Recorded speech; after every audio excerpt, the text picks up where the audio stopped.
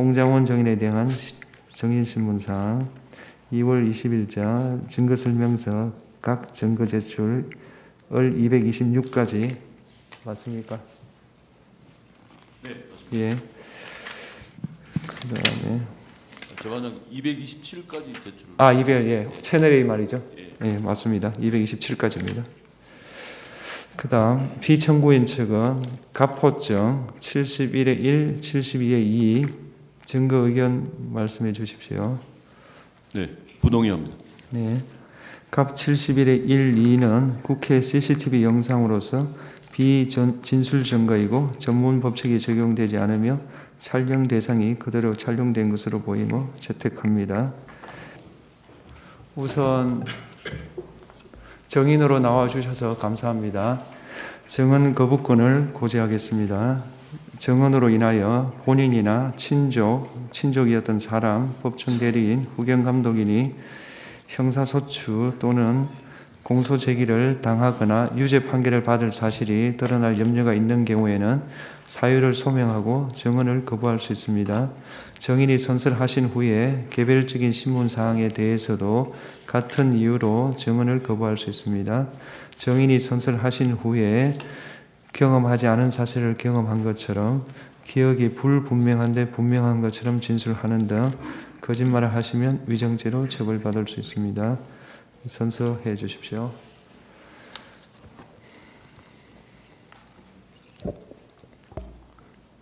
선서, 양심에 따라 숨김과 보탬이 없이 사실 그대로 말하고 만일 거짓말이 있으면 위증의 벌을 받기로 맹세합니다. 증인 한덕수. 예, 주신문 하십시오.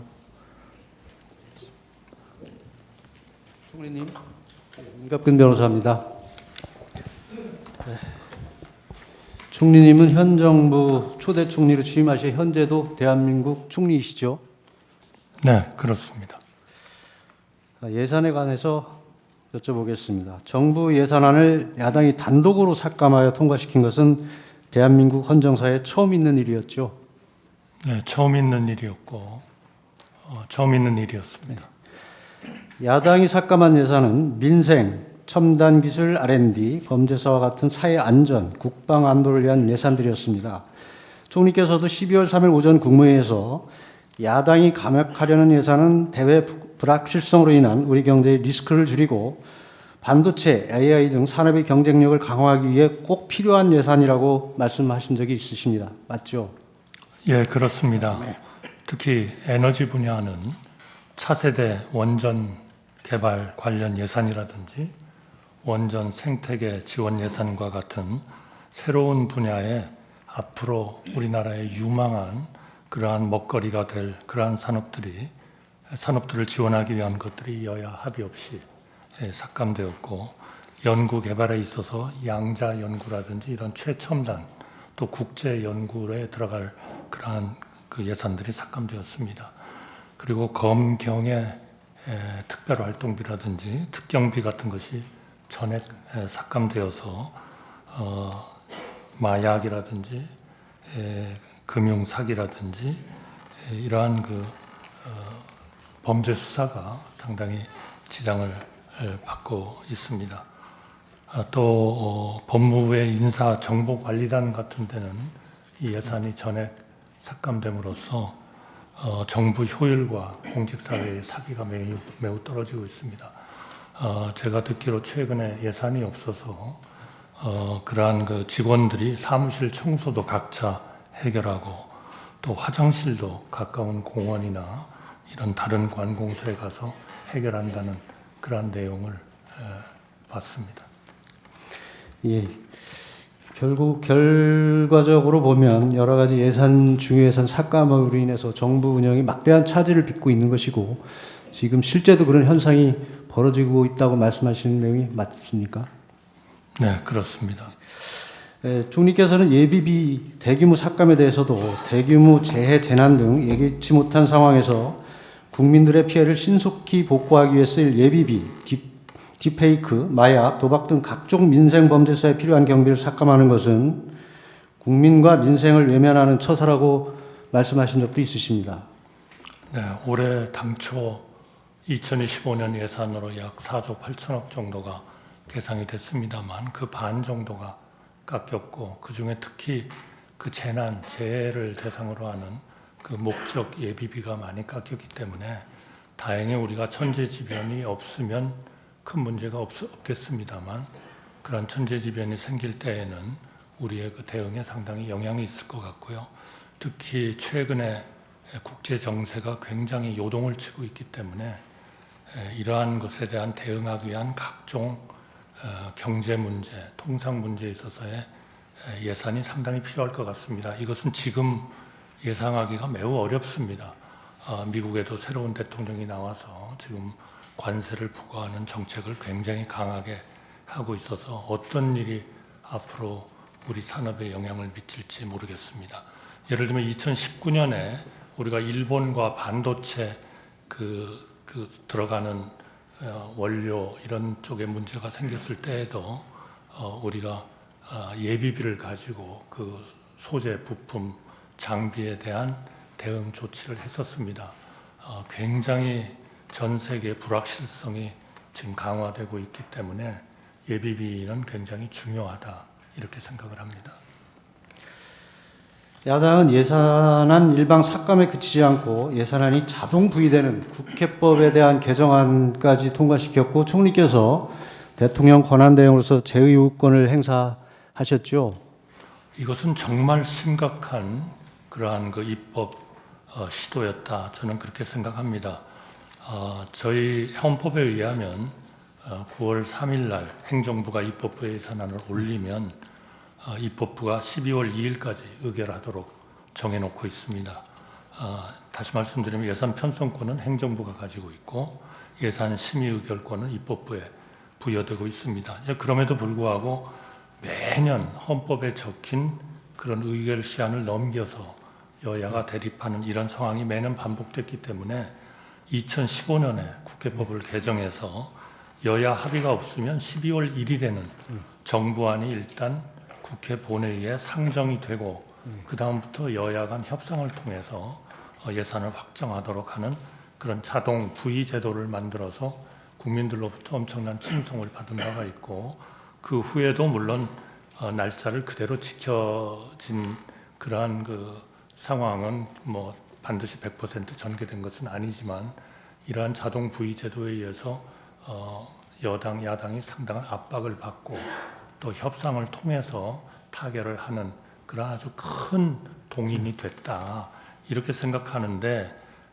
이거를 고쳐가지고 이런 그 자동 부의 제도를 변형시키려고 하는 이런 의도는 저희 정부로서는 어떤 정부가 들었든 이것은 정말 우리 재정 운영에 심각한 문제가 된다고 저희가 봤고요. 그래서 제가 권한대행이 된 지 며칠 안 된 때지만 이거는 정말 우리 헌법과 법률 그리고 우리 대한민국의 미래를 위해서 어떤 욕을 먹더라도 이거는 입법화되면 안 되겠다 하는 뜻에서 제의 요구를 했습니다. 물론 이러한 문제에 대해서 행정부가 입법부를 견제하는 하나의 방법으로서 저희가 제의 요구를 합니다만 국회는 국회대로 또 제 의결을 통해서 3분의 2 이상의 그러한 의결을 가지고 행정부가 행한 이러한 그 제의 요구를 말하자면 압도할 수가 있기 때문에 여기에 바로 입법부와 행정부 간의 하나의 삼권 분립에 의한 그런 견제와 균형이 이루어지고 있다 이렇게 생각합니다. 총리께서 거부권을 행사한 이 국회법 개정안은 사실상 정부의 예산 편성권을 박탈하는 것으로서 극단적으로는 국회 입법 독재의 전형이라고 볼 수 있을 것 같습니다. 심각한 문제점을 가지고 있다고 생각하는데 총리께서도 동의하시는 것이죠? 네, 저는 물론 우리나라 또 자유민주주의의 기본인 다수결 또 우리 representative democracy라는 것이 정말 그거는 다수의 일방적인 이런 폭주라 할까요? 이런 것은 정말 민주주의의 기본은 아니다. 저는 그렇게 생각합니다.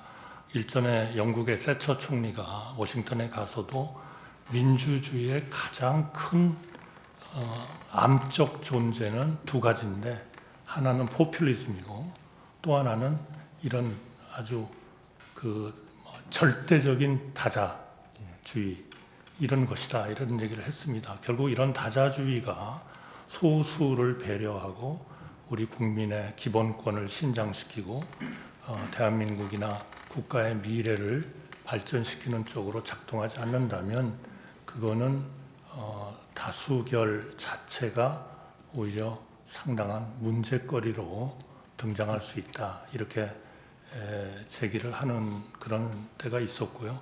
또 사실 현실적으로 민주주의는 왜 붕괴하는가 하는 그런 책을 쓴 많은 분들도 결국 이런 다수결 일방적인 이러한 밀어붙이는 것에 의해서 국가의 정책이 왜곡되고 그리고 국민의 기본권, 권리, 삼권 분립 이런 것들이 제대로 이루어지지 못하는 것에 대한 경고를 계속 하고 있습니다. 이것은 굉장히 중요한 그런 일이다. 저는 증인으로서는 그렇게 생각합니다. 정부 주요 정책 실행을 위한 법안들에 대해서 야당이 발목을 잡아왔던 일들과 관련해서 여쭙겠습니다. 여러 가지 법안들에 대해서 특히 방사선 수출을 위해서는 국회의 동의를 받아야 한다는 등의 법률, 이런 법률들이 있었습니다. 총리께서 문제라고 생각하시는 대표적인 법안들을 말씀해 주실 수 있겠습니까? 예, 결국 우리 대한민국의 미래는 결국 첨단 산업과 그리고 에너지, 방산, 그리고 신재생 에너지 이런 부분들이 될 걸로 생각을 합니다. 물론 그 이외에 지금 우리나라가 뻗어나가는 문화라든지 뭐 여러 가지 분야들이 있습니다만 세계 G6, G7 이런 쪽으로도 우리가 상당히 넘나볼 수 있다 하는 것이 뭐 최근에 우리 분위기인데요. 이런 첨단과 연관되면 결국 반도체, AI 이런 쪽에 대한 지원을 좀 획기적으로 해야 되고 또 풍부한 이런 에너지를 저희가 확보할 수 있어야 되고 그것도 탄소 배출을 줄이는 원전, 신재생 에너지, 풍력, 뭐 태양광 이런 쪽을 저희가 굉장히 발전을 시켜야 되는데요. 그런 것들에 지금 큰 하나의 애로가 되고 있는 것들이 결국 우리 원전을 확장하기 위한 고준위 방패장 특별법 이런 것들이 만들어져야 전 세계적으로 이 원전이 하나의 국제적인 파이낸싱을 받는 그러한 하나의 산업으로서 등장할 수가 있는데 이것이 저희한테 굉장히 오랜 동안 지체가 되어 왔고요. 또 특히 이런 발전을 하게 되면 전력을 송배전을 해야 되는데 최근에 이런 국민들의 저항이라든지 이런 것들이 예전과 또 다른 차원에서 이 문제를 저희가 좀 대응을 해야 되는 상황이 돼서 이런 전력망을 획기적으로 확대하기 위한 전력망 특별법 이것이 반드시 저희가 필요한 그런 상황이었고요. 그리고 신재생 에너지를 위해서는 해상 풍력 같은 것이 중요한데 우리가 비교적 해상 풍력이 풍부하기 때문에 그러나 이 해상 풍력은 굉장히 많은 규제를 동반할 수밖에 없습니다. 이 규제들을 좀 완화시키고 또 국가가 이런 해상 풍력 단지를 만들어서 적극적으로 그 해상 풍력을 하는 분들이 저항을 덜 받고 또 주민들에게도 도움이 되는 이러한 풍력을 확대할 수 있는 그러한 특별법이 꼭 필요한데 이런 것들이 상당히 오랜 동안 어려웠습니다. 저도 2024년 4월에 새 국회가 선거가 있었고 구성이 그 후에 몇 개월 뒤에 됐습니다만 어떻게든 이 해상풍력 특별법하고 그 고준위 방패장 특별법을 같이 엮어서 좀 통과시킬 수 있도록 제가 야당 원내대표께도 전화도 드리고 위원장들께도 전화를 드리고 굉장히 열심히 노력을 했습니다. 상당 부분 접근이 됐습니다만 결국 아직까지도 그것이 굉장히 더디게 이렇게 진행이 되다가 최근에 와서 관련 위원회들을 좀 통과되는 그러한 그 상황이 있습니다.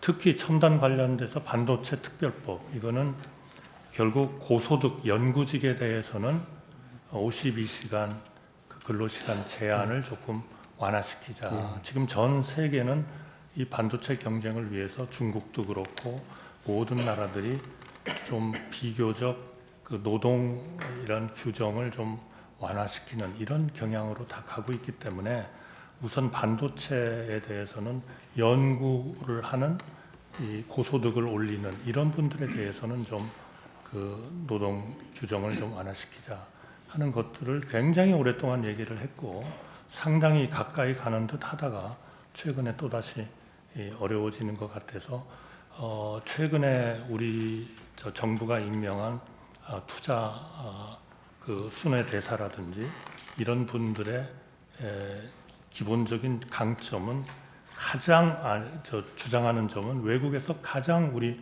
산업 발전과 연관돼서 걱정하는 것이 노동 시장의 유연성이다. 특히 그 근로자들이 원한다면 그거는 조금 자율로 해서 소득도 더 올리고 또 R&D도 더 할 수 있는 그러한 유연성을 주지 않는 그런 국가의 첨단 산업을 갖다가 투자를 외국에서 마음대로 하기는 굉장히 힘든 거 아니냐 하는 이러한 그 원활한 노사 문제라는 것이 어제 오늘의 일은 아닙니다만 굉장히 심각한 문제인데요. 최근에 우리 그 당의 고위직에 계신 분들도 상당히 접근을 하다가 다시 또 힘들어지는 것 같아서 정말 걱정입니다. 반면에 그 야당에서는 그 일방적으로 통과시킨 법률들이 위헌성, 또 국익 침해 가능성 등에 대해서 총리께서도 검토를 하셨고 그중 일부에 대해서는 직접 대통령에게 제2요구권 행사를 권유하기도 한 것으로 알고 있습니다. 대표적인 위헌적인 법률로 양곡관리법이 있었는데 맞는지요? 네, 이거는 지난 정부에서도 한번 제2요구를 했고 또 이번에도 제2요구를 했습니다만 결국 우리나라의 쌀 생산이 점점 늘고 소비는 줄어들고 있기 때문에 결국 시간이 가면 갈수록 우리가 이 양곡의 쌀의 생산을 딴 방향으로 돌리고 더 활용할 수 있는 그런 쪽으로 다변화를 시켜야 되는 게 절대적으로 중요하고요. 만약 그렇지 않고 이 양곡법처럼 일정한 가격에 미치지 않는 양곡에 대해서는 정부가 강제로 사줘야 된다. 이와 비슷한 제도가 옛날에 있었습니다만 그거 다 저희가 개선을 했던 거거든요. 이거를 다시 만약 만들게 되면 저희 판단에는 한 2020년이 되면 연간 한 2조 원 정도는 계속 이런 그 양곡을 비싸게 사주기 위해서 재정 적자를 봐야 되는 그러한 문제여서 우리가 지금 써야 할 거는 그러한 그 재정을 젊은이들이 소위 스마트 파밍 같은 데를 하는 쪽에다가 돈을 넣어야 되는데 이 쌀에 대해서 넣는 것은 바람직하지 않다. 이거는 딴 쪽으로 자꾸 다원화를 시켜야 된다. 저희는 그런 판단이어서 대한민국의 미래를 위해서는 이거는 부득이 우리가 제2요구를 할 수밖에 없다. 이렇게 요청을 했고 그렇더라도 국회에서 이러한 그 제2요구 안을 가지고 다시 그러한 그 부작용을 줄이는 그러한 안을 만들 수 있다면 그거는 정부로서는 얼마든지 협조를 하겠다 하는 그런 입장을 보이고 있습니다. 또 야당은 대표적인 국익 침해 법률로 방산 수출에 국회의 동의를 얻도록 하는 법안을 추진했고 국회 증언 감정법 개정안, 즉 국회가 요구할 경우 개인정보와 영업비밀 보호를 이유로 증언 감정을 거부할 수 없도록 하는 법안을 통과시켰습니다. 이런 국회 증언감정법 개정안에 대해서 정치권, 우리 기업들, 우리나라에 투자한 외국 기업들, 경제단체들은 중국 등의 기술 탈취가 점점 더 심해지는 상황에서 사실상 중국의 기술을 팔아넘기는 것 같다는 우려를 표하였습니다. 총리께서도 같은 생각을 하십니까? 네, 동의하고요. 그것 때문에 지금 증언 감정에 관한 법률도 일단 제2요구를 한 상태입니다. 우리나라에 들어와 있는 암참이라든지 모든 그 외국 기업들이 전부 다 아주 이 문제에 대해서 굉장히 심각한 그런 그 걱정을 했고요. 뭐 우리 국내 기업은 물론입니다. 그래서 그러한 문제에 대해서는 저는 국회에서 좀 더 좋은 하나의 그 협의와 협치를 통해서 이 문제가 국가의 발전과 전 세계에 있어서의 커가는 우리나라를 좀 뒷받침하는 이런 쪽으로 입법이 이루어졌으면 좋겠다. 이런 입장을 강하게 가지고 있습니다. 야당은 야당 대표를 위한 방탄 내지 판검사 보복 입법, 선거를 겨냥한 포퓰리즘법, 시장 경제 질서를 무너뜨리는 양국관리법, 노사 분열을 주장하는 노동법, 방송 장악용 방송법 등을 발의 및 통과시켰습니다. 대통령 탄핵 소추 후 총리께서도 권한대행으로서 야당이 반복하여 발의하는 6개 법안에 대해 제의요건을 행사하는 사실이 있습니다. 그런 사실이 있으시죠? 네, 6개 법률에 대해서 제의 요구를 했고요.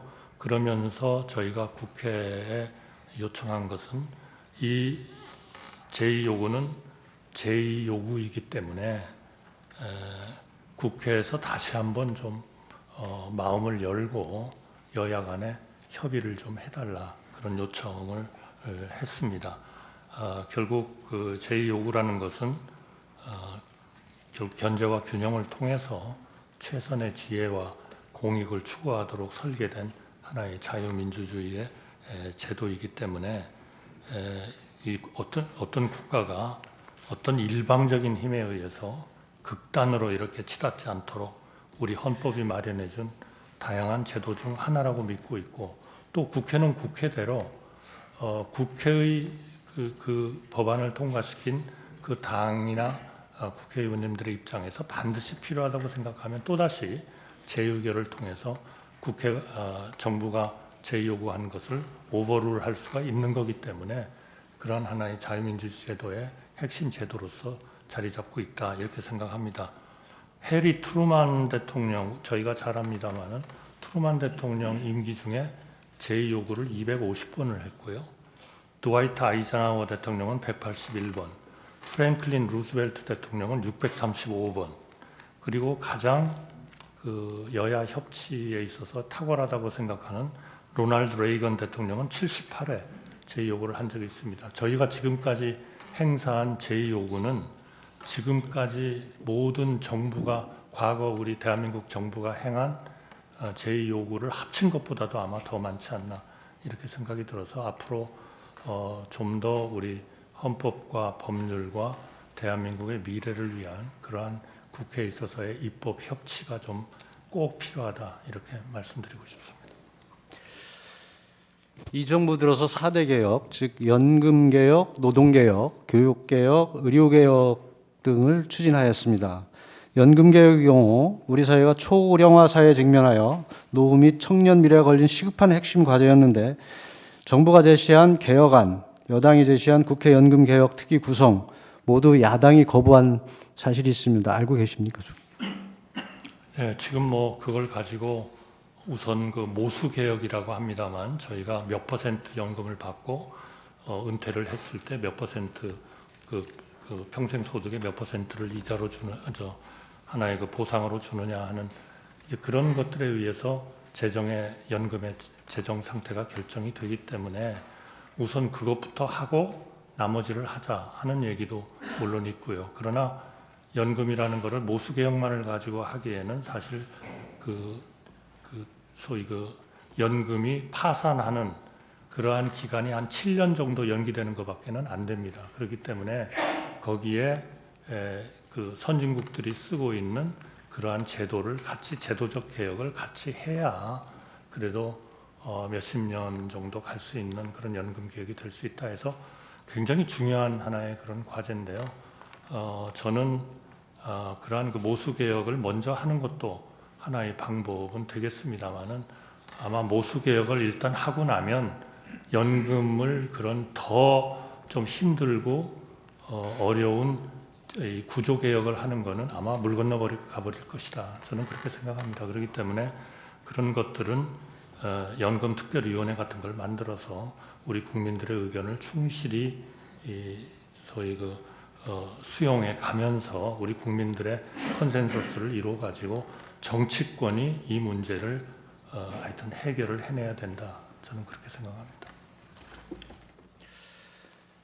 야당에 의해 가로막힌 주요 추진 민생 법안을 보면 반도체 산업 지원 강화를 위한 반도체 특별법, 기업 밸류업 프로그램의 일환인 조세 특례 제한법과 상법 개정안, 과도한 국민 부담을 완화하기 위한 상속 증여세법 개정안, 국가 전력망 확충을 위한 첨단 에너지 3법, 국가 안보 등 국익 보호를 위해 간첩 행위 대상을 확대하는 형법 개정안, 아이돌봄 지원법, 지역균형 발전법 등이 있었는데 모두 야당의 반대 내지 비협조로 실행하지 못한 것이 사실입니까? 네, 뭐 그런 측면이 있습니다만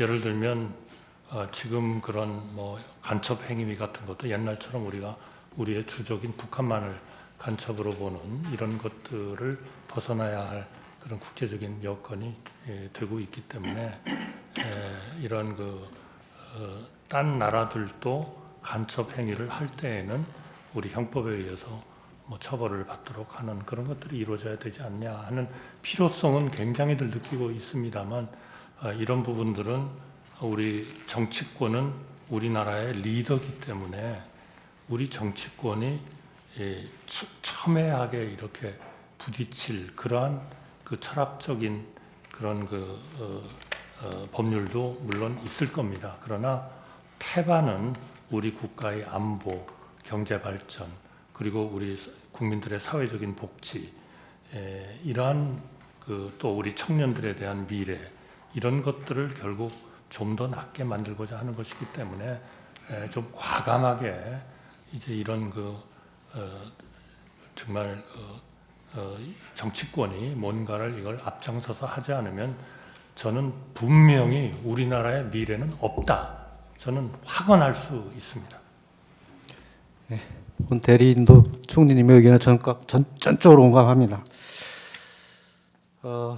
이 정부 들어서 비상계엄 선포 전까지만 22건, 그 이후까지 총 29건의 탄핵 발의가 됐는데 이것은 헌정사상 처음 있는 일입니다. 총리께서는 이 줄탄핵이 되는 것에 대해서 어떻게 생각을 하십니까? 원래 탄핵은 이런 헌법이나 법률에 중대한 위반이 있는 그러한 고위직에 대해서 어제 우리 법사위원장께서도 말씀을 하셨습니다마는 하여튼 헌법 수호를 위해서 써야 되는 그러한 거 아닌가 싶습니다. 그러나 물론 뭐 이런 소추된 분들에 대한 다 이유가 있겠습니다만 그러나 일반 국민들이 좀 국민의 눈높이에서 봤을 때 정말 저거는 중대한 범죄를 저지른 사람이기 때문에 헌법과 법률에 위반을 했기 때문에 탄핵을 해야 된다 이렇게 생각하는 국민들의 어떤 그런 눈높이와 우리 지금 탄핵 29건이 뭐 발의가 됐습니다만 그 29건이 국민의 눈높이하고 반드시 맞는지 그거는 또 역시 그 정치권이 한번 아주 심각하게 이 문제를 논의를 해보고 좀 생각을 해봐야 된다 이렇게 생각을 합니다. 예를 들면 임명된 지 이틀 된 방통위원장이 탄핵이 되고 또 그 탄핵을 피하기 위해서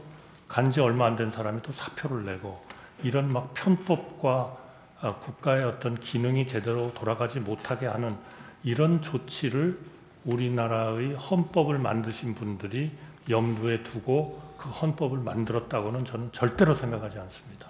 특히 탄핵 소추를 하게 되면은 직무정지가 돼가지고 그것이 언제인지도 모르는 기간을 그냥 완전히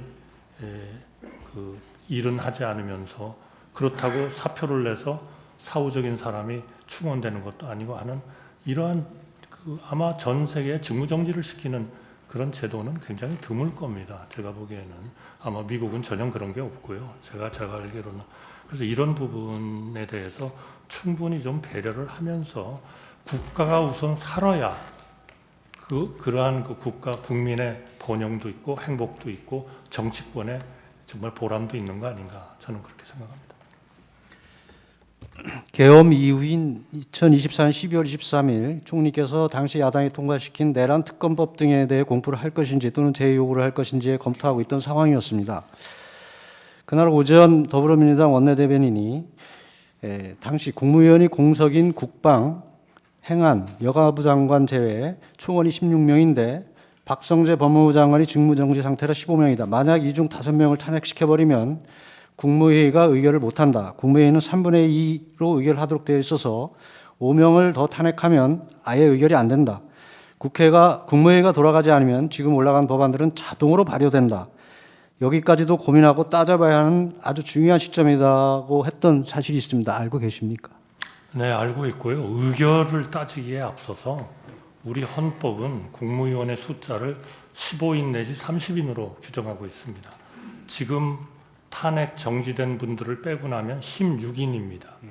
이제 거기에 두 사람만 무슨 일이 있어가지고 아웃돼 버리면 국무회의가 없어지는 겁니다. 그러면 국무회의가 없어지면 우리 헌법에서 정하는 국무회의가 하도록 돼 있는 그런 일들은 다 그거는 무슨 저 의결을 하고 뭐하고를 따지기 앞서서 존재 자체가 없어져 버리는 거 아니냐. 그러니까 엄청나게 심각한 일이고 또 그 심각한 거를 제가 우리 정치권에도 고난대행 시절에 몇 번 말씀을 드렸습니다. 이 정도로 심각하다. 근데 아직까지 특별한 조치가 없어서 정말 대단히 유감입니다. 다수 의석을 가진 정당이 탄핵 제도를 악용하여 국무회의 구성 자체를 하지 못하도록 하는 것은 사실상 삼권 분립의 한 축인 입법부가 다른 한 축인 행정부를 견제를 넘어 장악하려는 의도를 노골적으로 드러내는 것인데 이러한 탄핵 제도의 악용이 과연 국회의 정당한 권한 행사이고 국정을 마비시키는 행위도 아니고 헌법과 국민 이익에 반하는 헌정질서 문란 행위가 아니라고 할 수 있겠습니까?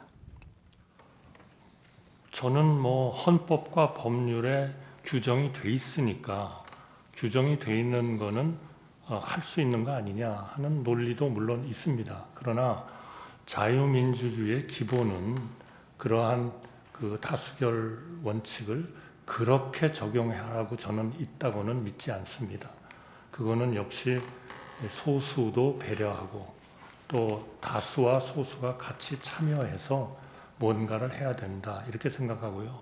제가 가장 인상적으로 우리 헌재의 판결을 제가 물론 법률 전문가는 아닙니다만은 느꼈었던 것은 헌재가 그 박근혜 대통령 탄핵된 거예요. 그때 그 최순실 씨가 헌법 소원을 낸 적이 있습니다. 그래가지고 특검을 그 야당이 일방적으로 이렇게 정하는 것은 헌법에 위반된다. 여기에 대해서 조치를 해주십시오. 이렇게 냈습니다. 냈더니 그때 우리 헌재가 전원일치의 판결로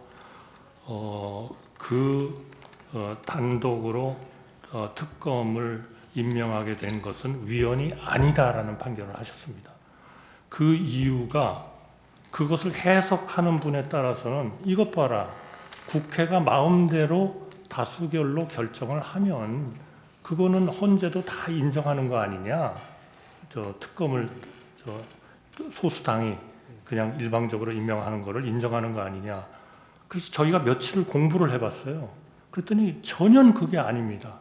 우리 헌재가 전원 판결로 합의로서 결정하신 거는 그 단독으로 특검을 임명하는 그 법안에 발의서부터 여야가 같이 했고 그리고 투표를 같이 참여를 했고 제가 지금 숫자를 다 기억은 못하겠습니다. 그래서 그야말로 여야가 합쳐서 단독 야당 그때는 한 당이 임명하는 것을 인정을 하고 투표에서 같이 투표를 했기 때문에 그것이 합의라고 보는 것이다. 그래가지고 이제 그게 국회에서 좀 정책 질의 때 좀 논쟁이 되고 했습니다만 저는 참 그런 정신, 그런 그 하나의 자유민주주의를 정말 제대로 살리고자 하는 우리 정치권의 정말 큰 뜻, 정말 우리 과거에 항상 국가가 어려울 때는 정말 좋은 정치인들이 계셨거든요. 그분들이 그 문제를 해결을 했다고 저는 믿습니다. 그러니까 우리가 뭐 여러 가지 행정, 입법, 사법이 잘 견제와 균형을 해가겠지만 정말 우리 이 정치권의 하나의 그런 이 국가를 위하는, 그러니까 여기에는 무슨 좌와 우는 저는 없다고 봅니다. 오로지 국가가 위로 갈 것이냐 아래로 꼬나박을 것이냐, 저는 둘 중에 하나라고 생각하거든요. 이제는 정말 국가가 위로 가기 위한 그러한 우리 정치권, 행정부, 국민, 언론, 시민단체, 노조, 기업인 모두가 힘을 합쳐야 된다. 저는 지금이 정말 위기라고 생각합니다. 여기서 우리가 삐끗 잘못하면요, 우리 대한민국의 미래는 저는 없다고 생각합니다. 추가하시겠습니까? 반대신문 마치고 하겠습니다. 수신문 하겠습니다. 김남준 변호사입니다. 정의는 노태우 정부에서 1993년 대통령 비서실 통상산업비서관, 1996년 특허청장, 김대중 정부에서 98년 외교통상부 통상교섭본부장, 2001년 대통령 비서실 경제수석, 참여정부에서 2004년 국무조정실장, 2007년 38대 국무총리를 역임했고 박근혜 정부에서는 기후변화센터 이사장을 맡았으며 윤석열 정부에서는 2022년 5월부터 국무총리로 재직 중이죠. 그렇습니다. 예, 사망 묻겠습니다.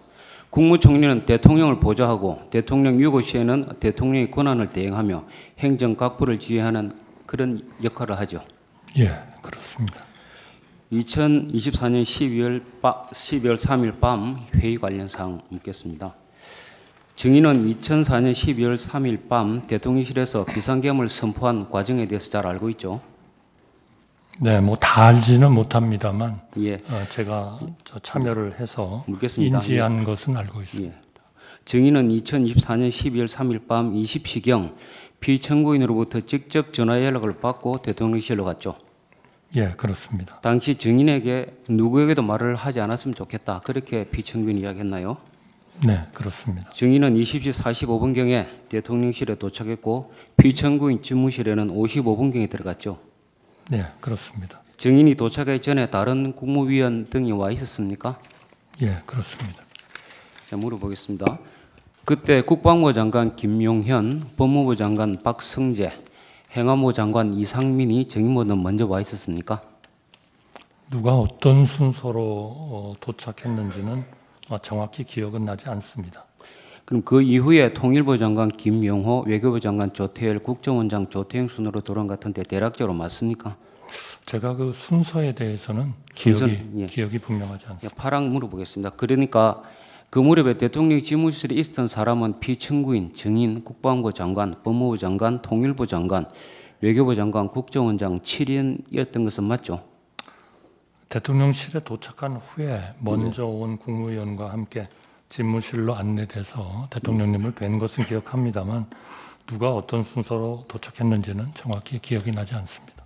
그러니까 그 7인 중에서 국정원장은 국무회의 구성원이 아니기 때문에 피청구인을 포함한 국무회의 구성원은 그 당시에 6인 정도 된 것은 맞죠? 7인이 맞다면 그렇게 예. 되지 않겠나 싶습니다. 이상임의 행안부 장관의 경우는 피청구인이 김용현 장관을 통해서 연락을 했고 나머지 6인은 피청구인이 직접 개별적으로 연락해서 들어오라고 한 것이죠. 각자 연락받은 과정은 잘 모릅니까? 제가 모르는 내용이라 답변 드리기 어렵겠습니다. 증인은 그 당시에 피청구인이 당일 22시에 계엄을 선포하기 위해서 KBS에 생방송을 미리 예약해 놓은 것 알고 있습니까? 대통령님의 계엄을 선포하실 계획이라는 것은 대통령님께 들어서 알았습니다만 구체적인 그런 계획은 알지 못했습니다.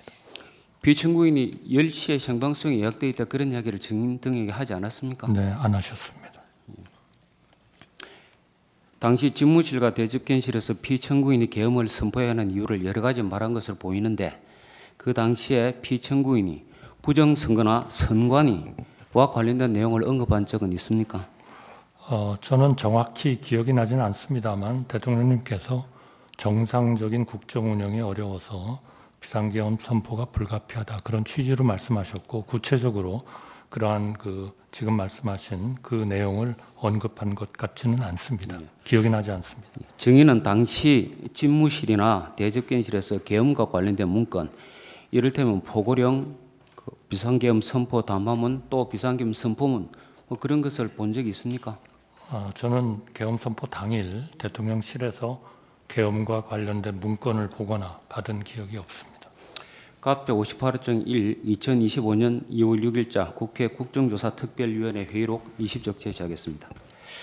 2024년 12월 6일자 국회 비상계엄 특위에서 정인에게 부성찬 의원이 비상계엄 선포문을 본 적이 있는 거 질의를 하자 정인이 비상계엄이 선포되는 당시에는 제가 전혀 인지를 하지 못했고요.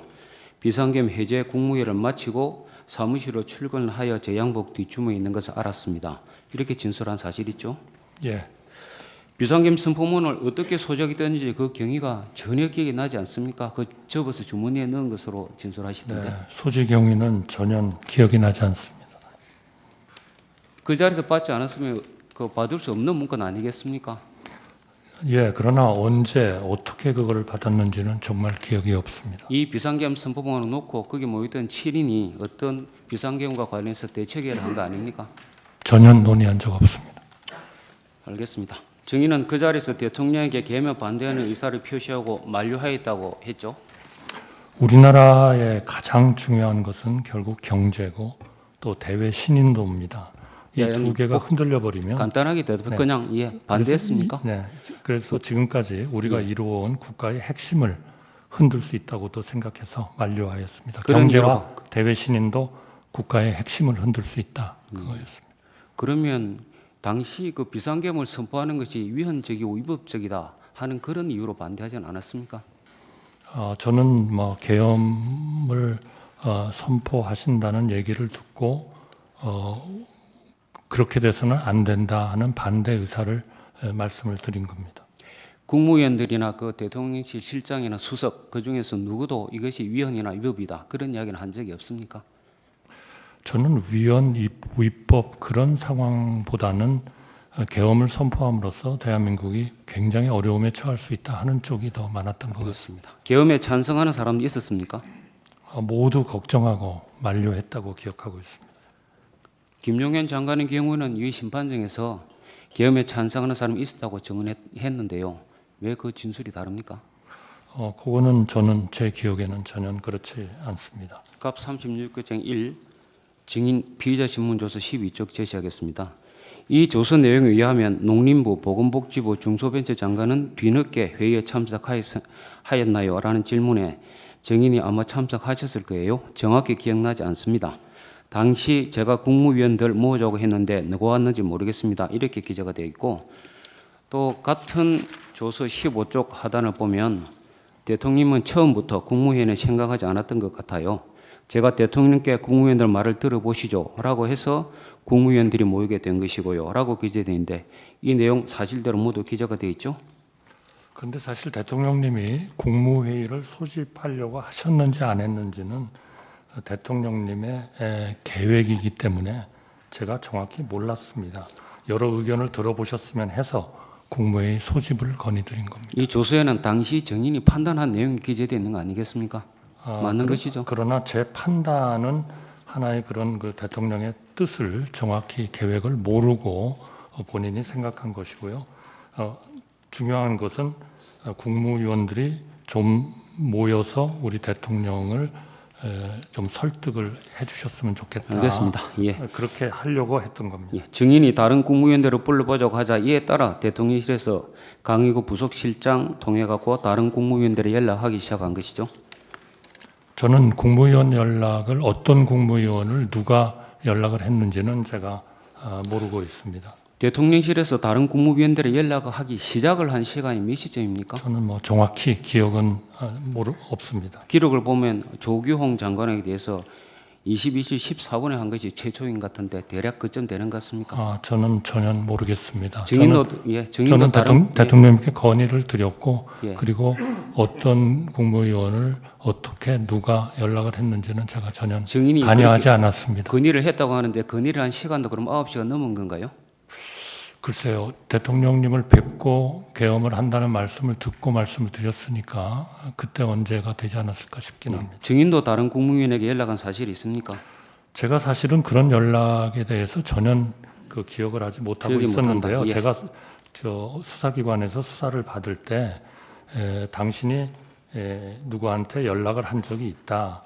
그래서 생각을 해봤더니 또 제가 한번 전화를 찾아봤더니 맞았습니다. 그런데 그때는 제가 그분을 새로 오시도록 연락을 한 게 아니고 빨리 와서 함께 대통령을 설득하자 하는 그런 마음에서 어디쯤 와 계신지를 제가 아마 확인이라기보다는 알아보는 그런 거였고 제가 예. 처음으로 그분께 예, 됐습니다. 그 정도 와주세요라고 말씀드릴 것 같습니다. 제가 예. 요청을 한 것은 아니었습니다. 예, 국무회의는 국무위원 과반의 출석을 개의하고 3분의 2 찬성을 의결하죠.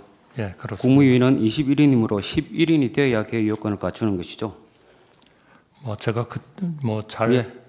정확한 건 모릅니다만 그렇게 알고 있습니다. 오영주 지금. 중소벤처기업부 장관이 마지막으로 21시 40분경 대통령실 예약을 받고 22시 17분경 대접견실에 도착해서 비로소 국무위원 11명이 되었다 하는데 정의 그 내용 압니까? 제가 몇 명 국무위원이 모이는지 누가 예, 잘 오는지 모른다. 알겠습니다. 이런 순서는 전혀 경황이 없어서 예. 제가 파악을 하지 못하고 있습니다. 오영주 장관과 조규영 장관은 실제 회의 시간은 3분도 되지 않고 발언할 기회도 전혀 없이 피청구인이 혼자 하다가 나갔다고 하는데 그 사실도 압니까? 글쎄요, 국무위원 개개인의 세부 상황을 잘 모른다. 제가 다 예. 알고 있지 못합니다.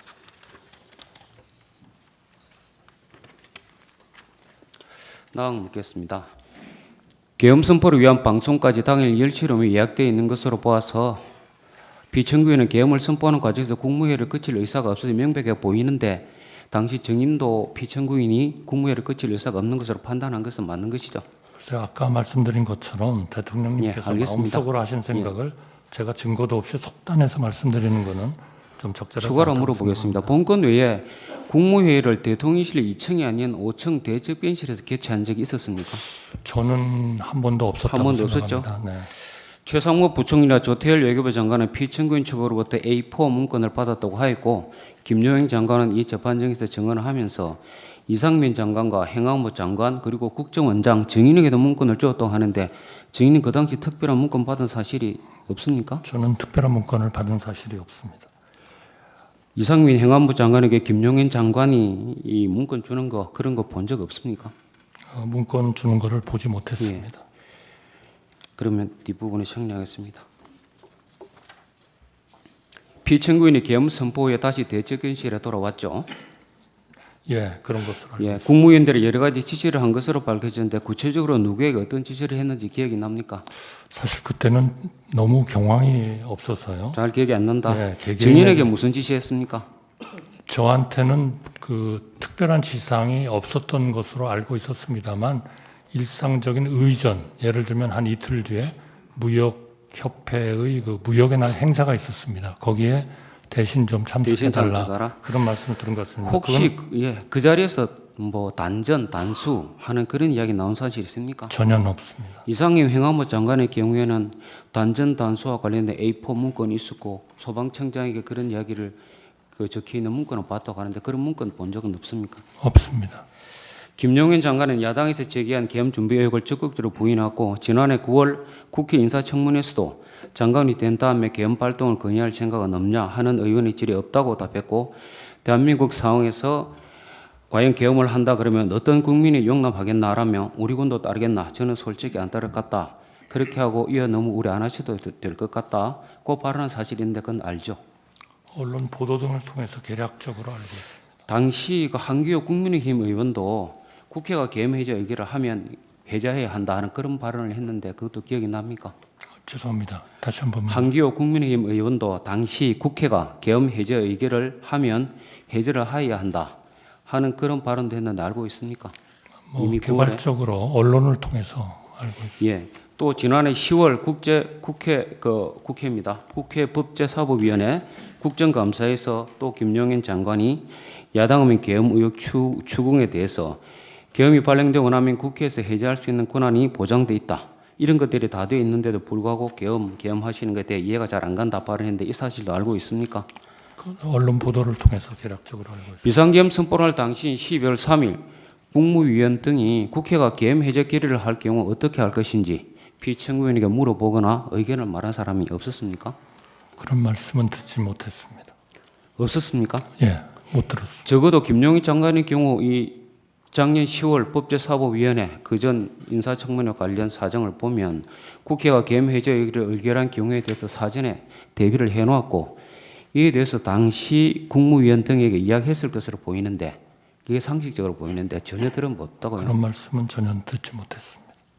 그런 조치를 미리 그 계엄 해제 의결할 경우 조치를 하고 그래서 군대를 뭐 넣으면 된다 그런 얘기 한 적 네, 없습니까? 듣지 못했습니다. 비상계엄 해제 이후의 상황에 대해서 묻겠습니다. 국회 계엄 해제 의결은 2024년 12월 4일 1시 3분에 있었죠. 예, 그렇습니다. 그 계엄법에 따르면 국회 계엄 해제 의결이 있는 경우에 지체 없이 계엄을 해제해야 하는데 국무회 의결이 그로부터 상당히 시간이 지나갔고 4시 30분경 이루어졌죠. 네, 그렇습니다. 상당히 시간이 많이 경과되지 않았습니까? 왜 그런지 압니까? 저희 판단에 대통령께 그 해제 승인을 받고 저희는 정말 그 국무회의는 철저하게 준비해야 된다고 생각했습니다.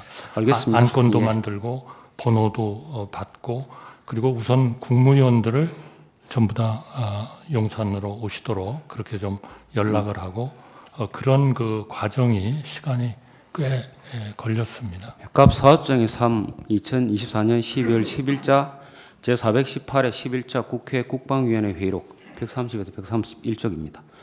국방부 군사보좌관 김철진의 진술에 의하면 김철진은 김용현 국방부 장관을 따라 2024년 12월 4일 1시 30분경부터 1시 40분경 합참 지하에 있는 지휘통제실 결심지원실에 들어갔는데 이때 피청구인이 국회 법령지를 달라고 찾아줬다는데 이 사실 압니까? 모릅니다.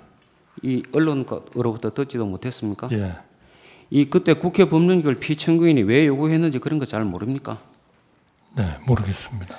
당시에 피청구인이 국회 법령지를 찾아본 것은 예상을 벗어나서 국회 계엄 해제 의결이 이루어지자 거기에 대해서 거부권을 행사하는지 알아보려 한 것이라고 하는데 그런 데 대해서 전혀 들은 적 없습니까? 모릅니다. 24번 묻겠습니다. 당시 피청구인은 합참지휘통제실 결심지휘실에 약 1시 20분부터 1시 50분경 기록을 보면 정확히는 1시 16분부터 1시 47분인 것 같습니다. 그때 그 정도까지 머물렀죠? 그런 사실은 제가 알지 전혀 못합니다. 모릅니까? 네, 그럼 25번 묻겠습니다. 정의는 2시 1분경 국회로부터 계엄 그 해제 의결 요구안이 가결됐다는 통보를 받고 2시 5분경에 대통령실로 출발해서 30분경 도착했습니까? 예, 그렇습니다. 증인이 계엄 해제 건의를 했습니까? 저와 비서실장이 같이 대통령께 들어가서 계엄 해제를 건의했습니다. 피청구인이 그때 어떻게 이야기하던가요? 네, 해제 국무회의를 하라고 하셨습니다. 이 피청구인의 경우는 4차 변론기일에서 이 심판정에서 계엄 해제 결의 방송을 듣자마자 장관과 계엄사령관을 불렀다는 것은 집무실을 불렀다는 것 같은데 계엄 해제 지시를 바로 했다고 그러거든요. 그건 아마 제가 가기 전이었지 않았나 싶습니다. 저는 아까 말씀대로 한 2시 30분 정도에 비서실장하고 갔기 때문에 그 전에 어떤 조치를 하셨는지는 저는 잘 모릅니다. 잘 모릅니까? 제가 불러서라고 물어보는 이유는 집무실을 불러서 했다는 것으로 보이는 것이고 여기에 보면 합참 지원실에 가가지고 나중에 했다는 거니까 그 차이에 대해서 잘 모르냐 그걸 물어보는 겁니다. 제가 모르고 있습니다. 증인은 그 비상계엄의 그 요건 헌법과憲법에 정해지고 있는 요건 알고 있습니까? 네, 알고 있습니다. 2024년 12월 3일 비상계엄을 선포할 당시에 헌법에 정해져 있는 전시, 사변 또는 이에 준하는 국가 비상사태가 존재하지 않았고 병력으로서 공공의 안정 질서를 유지할 필요가 없었던 것은 명백하죠. 그 부분은 최종적으로 법원과 국민이 판단하실 부분이라고 생각합니다. 증인은 그 당시에 이 점에 대해서 어떻게 판단하지 않았습니까? 제가 판단하는 거는 적절하지 않다고 생각합니다. 최종적으로 법원, 국민이 판단하실 거라고 생각합니다. 계엄법에 규정되어 있는 적과 교전 상태에 있거나 사회질서가 극도로 교란되어 행정 및 사법기능의 수행이 현저히 곤란할 경우에도 해당하지 않는 것으로 판단하지 않습니까? 이 부분도 최종적으로 결국 법원 그리고 국민들이 판단하실 거라고 생각합니다. 갑 36호 중에 1 증인의 2024년 12월 13일자 피의자 신문 뉴스입니다. 증인은 국가수사본부에서 수사를 받을 당시에 여러 가지 어려움이 있을 수 있지만 비상계엄은 아니라고 생각합니다. 라고 진술했고 그 외 국정조사 특위에서도 이와 같은 견해를 여러 차례 필요했죠. 네, 대통령님이 다른 선택을 하시도록 설득하지 못했습니다. 다만 국가 원수가 느끼는 책임감, 절박함은 그 자리를 경험하지 않은 사람은 상상할 수 없는 것이라고 그렇게 생각은 합니다. 나강은 생략하고 31화 묻겠습니다. 비상계엄의 선포 요건에 대한 판단은 대통령의 자유재량이 아니라 객관적으로 대통령의 판단을 정당화할 수 있을 정도의 위기 상황이 존재하는지 여부에 대해서 사법심사를 받아야 한다 하는 점은 이 헌법재판소도 이미 확인하고 있다는 거 알고 있죠. 네, 헌법재판소가 현명하게 판단하시리라 생각합니다. 과거에 이런 판단을 이미 했다는 것을 알고 있습니까? 제가 정확히는 모릅니다만 헌법재판소가 당연히 현명하게 판단하셨으리라고 생각합니다. 계엄법 위조에 따르면 비상계엄을 선포하기 위해서는 국방부 장관이 국무총리를 거쳐 대통령에게 계엄 선포를 건의할 수 있도록 규정되어 있는데 12월 3일 계엄을 선포하면서 이런 절차 거친 사실이 없죠? 없습니다. 헌법 89조에 따르면 계엄을 선포하기 위해서는 국무회의 심의 거쳐야죠? 예, 그렇습니다. 대통령령인 국무회의 규정 제3조에 따르면 국무회의 사전 절차로 차관회의를 거친 의안을 국무회의 일 전까지는 제출해야 되죠. 예, 그렇습니다. 국무회의 진행 시에는 제안자의 제안 성명을 거쳐야 하며 의안에 대해서 국무위원들의 토의가 진행된 후 해당 의안을 의결하게 되는 것이죠. 예, 그렇습니다. 12월 3일 비상계엄과 관련하여 대접견 시에서의 국무회의 모임은 위와 같은 절차를 전혀 거치지 않았고 심의 절차를 거쳤다고 볼 수 없으며 의안도 없었죠. 예, 통상의 국무회의와는 달랐고 또 형식적인 또 실체적인 흠결이 있었다고 생각합니다. 다만 12월 3일 오라는 그런 연락을 받고 국무위원들은 순차적으로 모였고 비상계엄에 대해서 처음 듣고 걱정과 많은 우려를 표명했습니다. 저는 이것이 국무회의인지 아닌지 심의인지 아닌지는 개인이 판단할 일이 아니고 최종적으로 수사 절차와 사법 절차를 통해서 판단되어야 한다고 일관되게 얘기해 왔습니다. 예, 그래서 묻고 있습니다. 다시 묻겠습니다. 행정안전부 의정관이 위 회의에 참석하지 않았고 이 회의 내용이 기재된 국무회의 회의록도 존재하지 않죠. 그렇게 알고 있습니다. 갑 36조 중 7, 오영주에 대한 진술조사 8쪽입니다. 대주견실에 마지막으로 도착한 사람이 오영주 장관인데 이분은 제가 도착해서 자리에 앉자마자 대통령께 눈인사를 하려고 했는데 인사도 못 드렸고 들어왔을 때 대통령이 무슨 얘기를 하고 있었습니다. 당시 대통령부터 들은 내용이 전혀 없습니다. 라고 말한 거죠. 그렇게 기재되어 있습니다. 즉, 이 11명 성원이 되지도 않은 상태에서 회의가 개시된 거 아닙니까? 제가 그 부분은 잘 알지 못합니다. 잘 모릅니다. 갑 36호 중 6, 조경에 대한 진술조사 9쪽 제시하겠습니다. 조경 보건복지부 장관의 경우는 저는 늦어서 안건이 무엇인지도 몰랐습니다. 출력물이 없어서 안건이 몰랐다 그렇게 했고 저는 대통령의 담화문을 보고 나서야 그 회의가 계엄에 관한 회의인 줄 알게 된 것입니다. 라고 말한 것으로 기재되어 있고 이 국무위원들 외에도 최상목, 조태열 등 대부분의 국무위원들이 수사 과정이나 국회 국정조사 특위 과정에서 안건이 무엇인지도 모르고 안건에 대한 심의 의결 과정이 없었다고 진술했는데 그런 내용도 알고 있죠. 각 국무위원들의 구체적인 진술 내용에 대해서는 제가 알지 못합니다. 제가 기억하는 것은 거기 모인 국무위원들이 비상계엄 선포에 대해서 걱정하고 대통령님을 만류하려고 노력하였다는 것입니다. 본건 계엄 선포 관련해서 형식적으로 국무회의록을 작성해가지고 이 작성된 안건명 제안 이유가 기재된 문서가 있는데 그것도 대통령실의 강의구 부속실장이 임의로 기재했다고 하는데 그런 사실 압니까? 모릅니다. 계엄법 5조 1항에 하면 계엄사령관은 현역 장교 중에서 국방부 장관이 추천한 사람을 국무회의 심의를 거쳐 대통령이 임명한다 이렇게 규정이 되어 있죠. 예, 그렇습니다. 이 회의에서 계엄사령관에 대한 심의는 없었고 증인은 이 회의 당시에 누가 계엄사령관이 되는지조차도 몰랐죠. 예, 몰랐습니다. 헌법 82조에 의하면 대통령의 국법상 행위는 문수로서 하며 이 문서에는 관계 국무위원이 부사한다. 군사에 관한 것도 또한 같다. 이렇게 규정이 되어 있는데 이 회의 후에 어떤 국무위원도 부서를 한 바가 없죠. 예, 그렇습니다. 갑 제75정 법제처 법제업무편람 74쪽입니다. 이게 법제처의 법제업무편람입니다. 이것을 보면 국무회의 의안 중에서 이 헌법 개정안, 국민투표안, 계엄령 선포안은 이 자체가 중요할 뿐만 아니라 또 모든 국무위원이 관계 국무위원이 되기 때문에 국무위원 전원이 부서를 해야 되는 것이죠. 그렇게 알고 있습니다. 계엄 선포행위는 위와 같이 대통령과 국무위원이 모두 부서를 한 후에 해야 그 법률적으로 유효한 것이 되는 거 아닙니까? 법적 효력 여부는 최종적으로 사법부가 판단할 것이라고 생각합니다. 알겠습니다. 헌법 77조 4항 및 계엄법 제4조에는 계엄을 선포할 때 대통령은 지체 없이 국회에 통과해야 한다 이렇게 규정되어 있는데 이 계엄을 선포하면서 국회에 통과한 사실이 없죠. 없습니다. 계엄법 3조는 계엄 선포 시 그 이유, 종류, 시행 일시, 시행 지역 및 계엄 사령관을 공고하도록 규정하고 있고 법령 등 공포에 관한 법률에 의하면 관보에 게재도 하여야 하는데 이 절차도 역시 이행이 되지 않았죠. 예, 그렇습니다.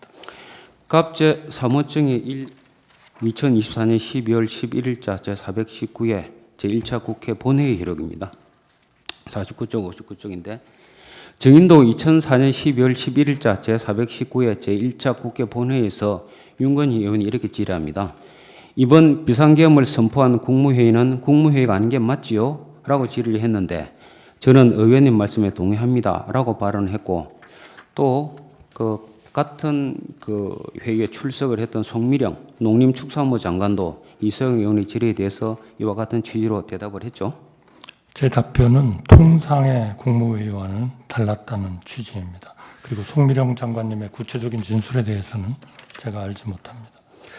예, 갑 제3호증이 3이 아니라 2입니다. 갑 3호증의 2.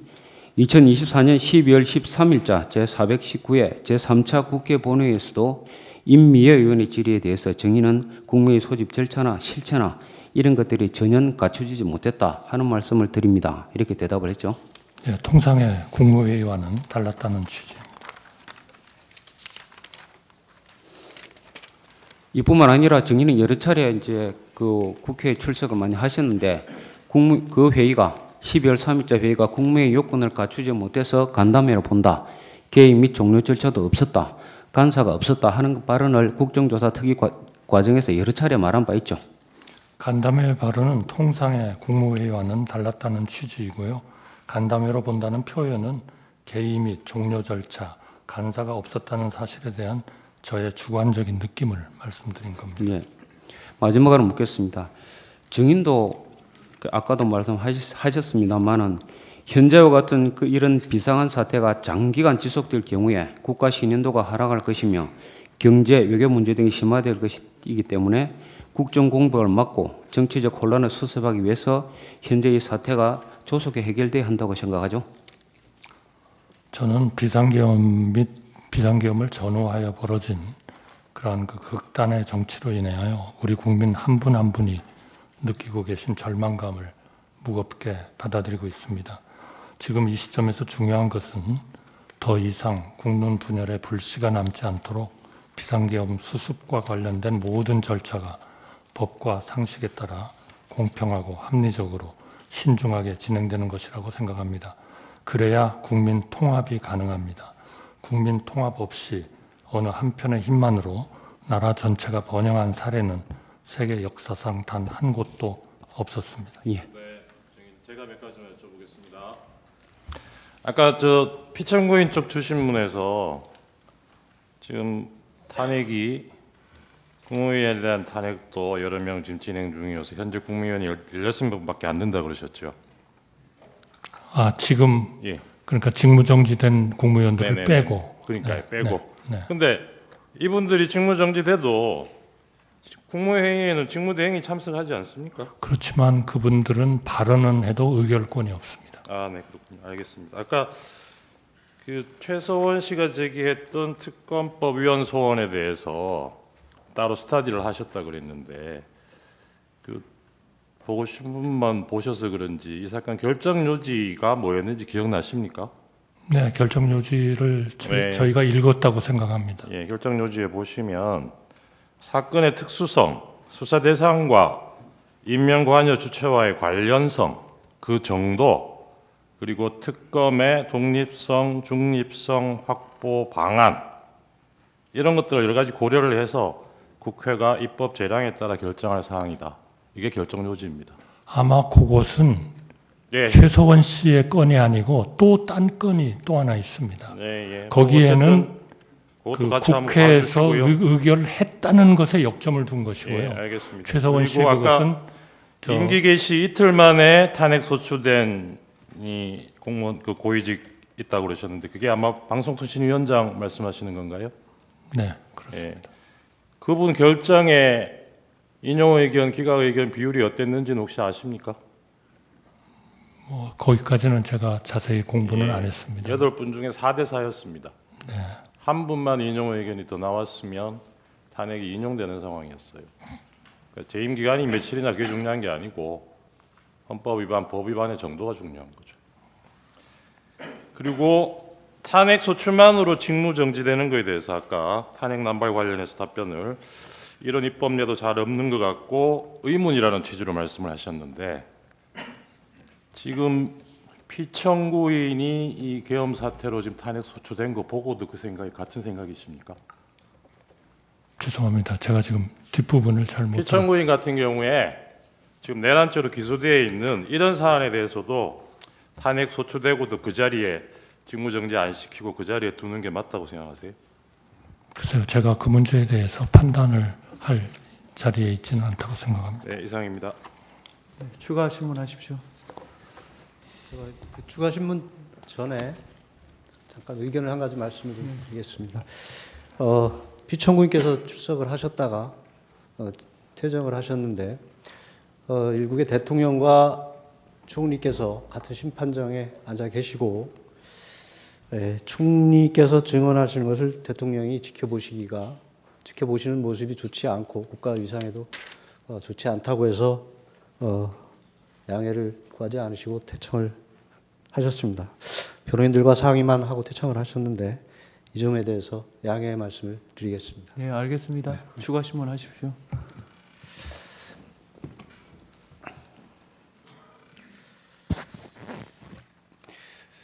총리께서는 계엄 당일 대통령실에 연락을 받고 대통령실에 가신 것이죠. 예, 그렇습니다. 당시 대통령실에 도착하셔가지고 대통령과 혹시 어떤 대화를 나누셨는지 기억을 하시나요? 그때 제가 이 계엄이 우리나라의 경제나 신인도에 굉장히 영향을 미칠 거기 때문에 좀 반대 의사를 좀 말씀드렸습니다. 그 대통령께서는 총리께 연락을 하신 것이 결국은 계엄에 대한 논의를 하기 위해서 연락을 하신 것은 맞는 것이죠. 저는 그건 절대로 듣지도 못했고 그 어떤 이유로 부르시는지는 몰랐습니다. 그러니까 사전에 아신 게 아니라 불러서 연락을 하셔서 가셨고 가셨을 때 논의의 주제가 대화가 계엄이었던 것은 맞느냐고 말씀드리는 겁니다. 이제 저희가 들어가니까 그런 말씀을 하셨습니다. 대통령은 비상계엄을 위한 국무회의가 필요했기 때문에 국무위원들에게 연락을 한 것이고 총리께서 도착하신 이후에도 지속적으로 연락하여 국무위원들이 속속 도착하셨고 실제 대통령께서 비상계엄을 선포하기 위해서 대통령실에 나가시기 전까지 총리를 비롯한 국무위원들께서 계엄에 대한 논의를 지속적으로 하고 있었던 것은 맞지요. 걱정하고 우려하고 그러면서 있어요. 예. 그러니까 총리님을 비롯한 국무위원들께서 대통령의 비상계엄에 대해서 걱정하고 우려하고 여러 가지 문제를 제기하셨다는 말씀이시죠. 예, 그래서 아까도 제가 잠깐 말씀드렸습니다. 결국 그날 대통령께서 총리를 비롯한 국무위원들을 대통령실로 호출하신 것은 비상계엄에 대한 논의를 하기 위한 것은 결과적으로 맞지 않습니까? 그러나 그러한 판단을 예. 저희 개인이 하는 것은 맞지 않다라고 저희는 생각하고 이것은 수사 절차와 사법 절차를 통해서 판단되어야 한다라고 저는 일관되게 얘기해 왔습니다. 예, 총리께서는 경황이 없어 언제 어떻게 받았는지 기억하기 어렵지만 나중에 보니 양복 주머니에 계엄 선포문이 들어 있었다고 하셨습니다. 대통령 부실장 진술에 의하면 계엄 선포 전 계엄 선포문을 10부 정도 출력하여 국무위원들에게 나눠주었다고 하고 있습니다. 그렇다면 총리께서 가지고 계시던 계엄 선포문은 그 당시에 받은 것으로 볼 수 있는데 맞을까요?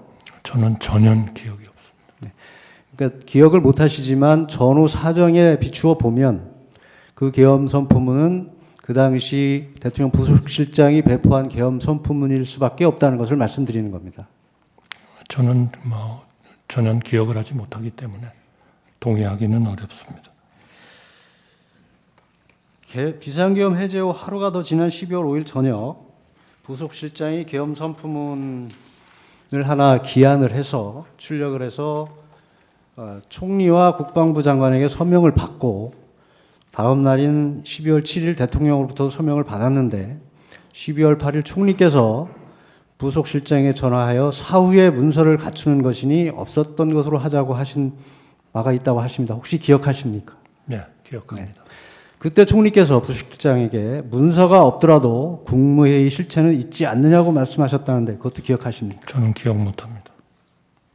부속실장은 그 당시 총리께서 그 문서 사업 문서에 대해서 없애자고 하시면서 문서가 없더라도 국무회의 실체는 있지 않느냐고 분명히 말씀하셨다고 기억을 하고 있습니다. 그거는 사법 절차를 통해서 확정되리라고 생각합니다. 총리께서는 국회 등에서 비상계엄 관련 국무회의는 제대로 된 국무회의가 아니라는 취지의 말씀을 하셨습니다.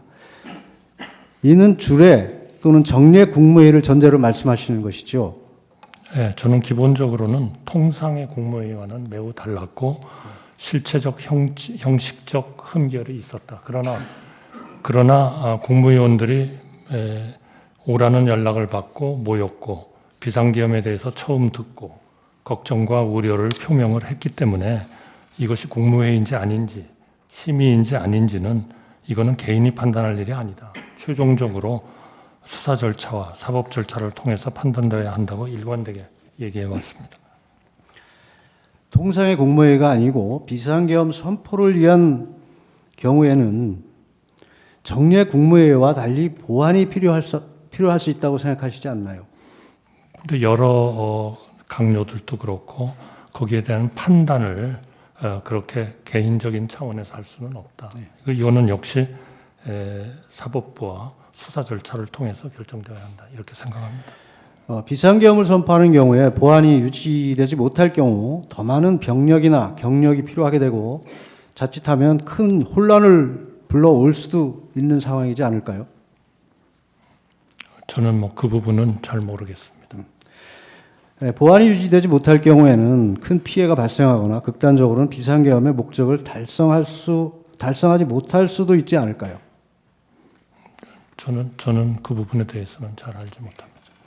만일 전시사변에 준하는 사태에서 교통통신이 두절되어 국무위원들이 모이지 못해 국무회의를 열지 못할 상황도 상정할 수 있지 않겠습니까? 제가 특별히 더 답을 드릴 것은 없다고 생각합니다.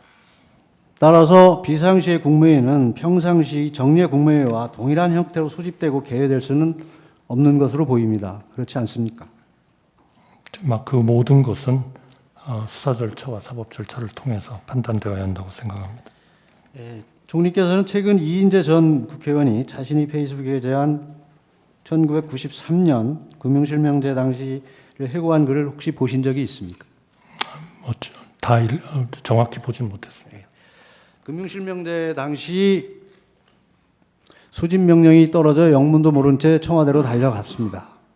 각부 장관들이 웅성거리며 무슨 긴급한 일이 벌어졌는지 말을 주고받을 때 김영삼 대통령이 들어와 마이크를 잡고 오늘 우리는 마침내 금융실명제를 실시한다고 말하고 그제야 대통령이 긴급명령으로 금융실명제 개혁을 단행한다는 사실을 알았다. 당연히 사전 통고나 국무회의는 없었다. 그렇지만 위원의 소지가 문제가 되었지만 전부 합헌이라는 결정을 받았다. 이런 내용이었습니다. 혹시 네, 기억나십니까? 제가 특별히 언급할 그런 의제는 아닌 것 같습니다. 그렇게 본다면 이 사건 비상계엄 선포 전에 총리께서 대통령실에 연락을 받고 들어가셔서 비상계엄에 대한 논의가 있었고 또 국무위원들도 속속 도착을 해서 함께 비상계엄에 대한 논의를 하고 의견을 개진을 하였습니다. 실질적인 국무회의가 이루어진 것이라고 볼 수 있지 않겠습니까? 그 부분이야말로 개인이 판단할 일은 아니라고 생각하고 수사 절차와 사법 절차를 통해서 판단되어야 한다고 생각합니다. 예, 그 당시 상황과 관련해서 여쭤보겠습니다. 당시 외교부 장관이 대통령에게 외교 관계에 영향을 끼치는 것이 너무 크다며 만류한 사실은 혹시 기억을 하십니까? 제가 나중에 국회에서 외교부 장관이 발언하는 것을 들었습니다마는 저는 그 자리에서 외교부 장관이 한 얘기는 제가 기억이 나질 않습니다.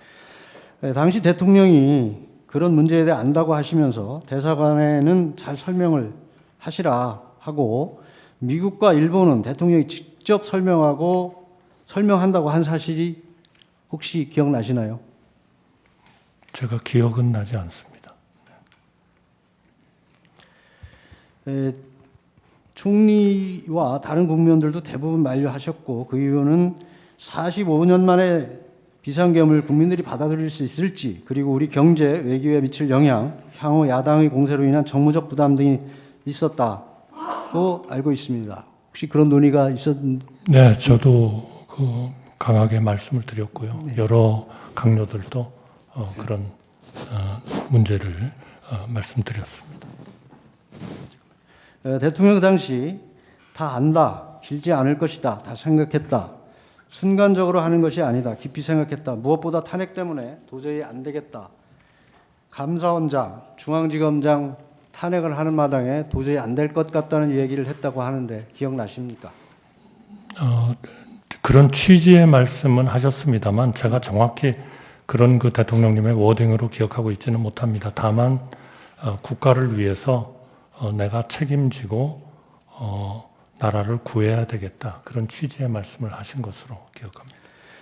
국무위원 11명이 성원된 이후에 대통령이 경제 외교 문제를 내가 왜 생각 안 했겠나? 나도 정말 생각 많이 했다. 하지만 국무위원 한 사람 한 사람이 느끼는 상황에 대한 위기의식, 책임감과 국가를 총괄하는 대통령이 인식하는 상황과 위기감이 다르다는 말을 한 것은 기억하십니까? 네, 그건 기억합니다. 우리 헌법이 정하고 있는 비상계엄의 사유는 전시사변 등 교전 상태뿐 아니라 기타 그에 준하는 이른바 비군사적 국가 비상사태가 있다는 견해에 혹시 동의를 하십니까? 죄송합니다. 다시 한번 말씀해 주시겠습니다. 우리 헌법이 정하고 있는 비상계엄의 사유에는 전시사변 등 교전 상태뿐만 아니라 기타 그에 준하는 이른바 비군사적 국가 비상사태가 있다는 견해에 동의하십니까? 저는 그거를 헌법 조문으로서는 읽었습니다만 예. 정확히 그것이 어떻게 해석이 되고 어떻게 적용이 되어야 하는지에 대해서는 제가 잘 알고 있지 못합니다.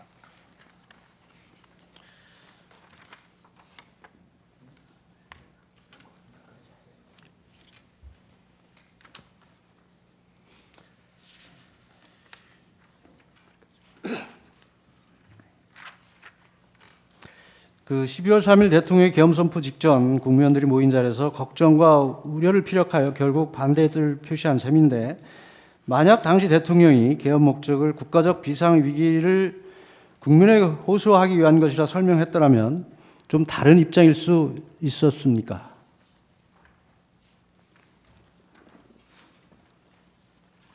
지금 저한테 물어보셨습니다. 저는 뭐 그 문제에 대해서 제가 판단하고 싶지는 않습니다.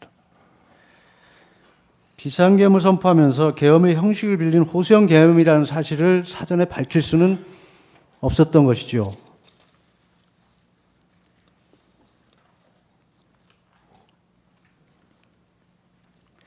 예, 계속 질문하겠습니다. 아까 말씀드렸듯이 국무위원이 느끼는 위기감과 대통령이 느끼는 위기를 바라보는 시각이 차원이 다르다는 이야기를 하셨습니다. 대통령께서.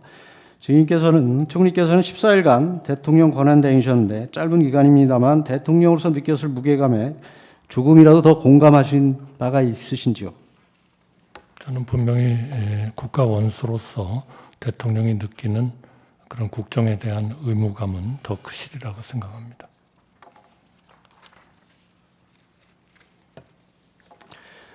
앞에서 말씀드린 바와 같이 다른 국무위원들도 대부분 만류하셨고 그 이유는 45년 만에 비상계엄을 국민들이 받아들일 수 있을지 그리고 우리 경제 외교에 미칠 영향, 향후 야당의 공세로 인한 정무적 부담 등을 논의하신 것으로 알고 있습니다.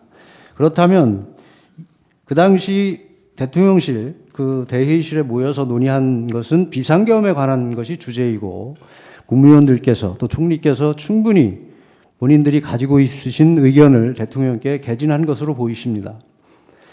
실제 정례 주례나 주례 국무회의나 정례 국무회의에서 이렇게 실질적인 논의가 이루어지는 경우가 있습니까?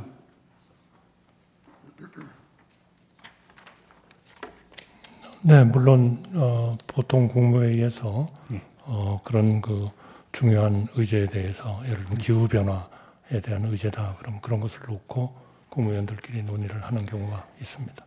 대부분의 주례 국무회의에서는 안건 상정되고 거의 논의 없이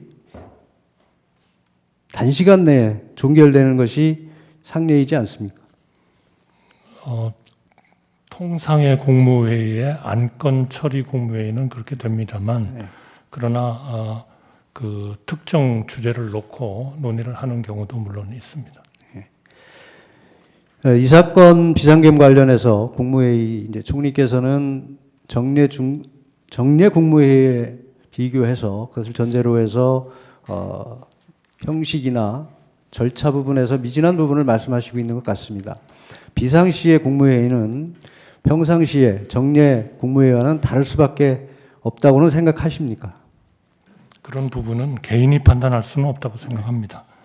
수사 절차와 사법 절차를 통해서 판단되어야 한다고 생각합니다. 총리께서는 이명박 정부 시절 주미대사를 하셔서 통상위기의 중요성을 잘 아시죠?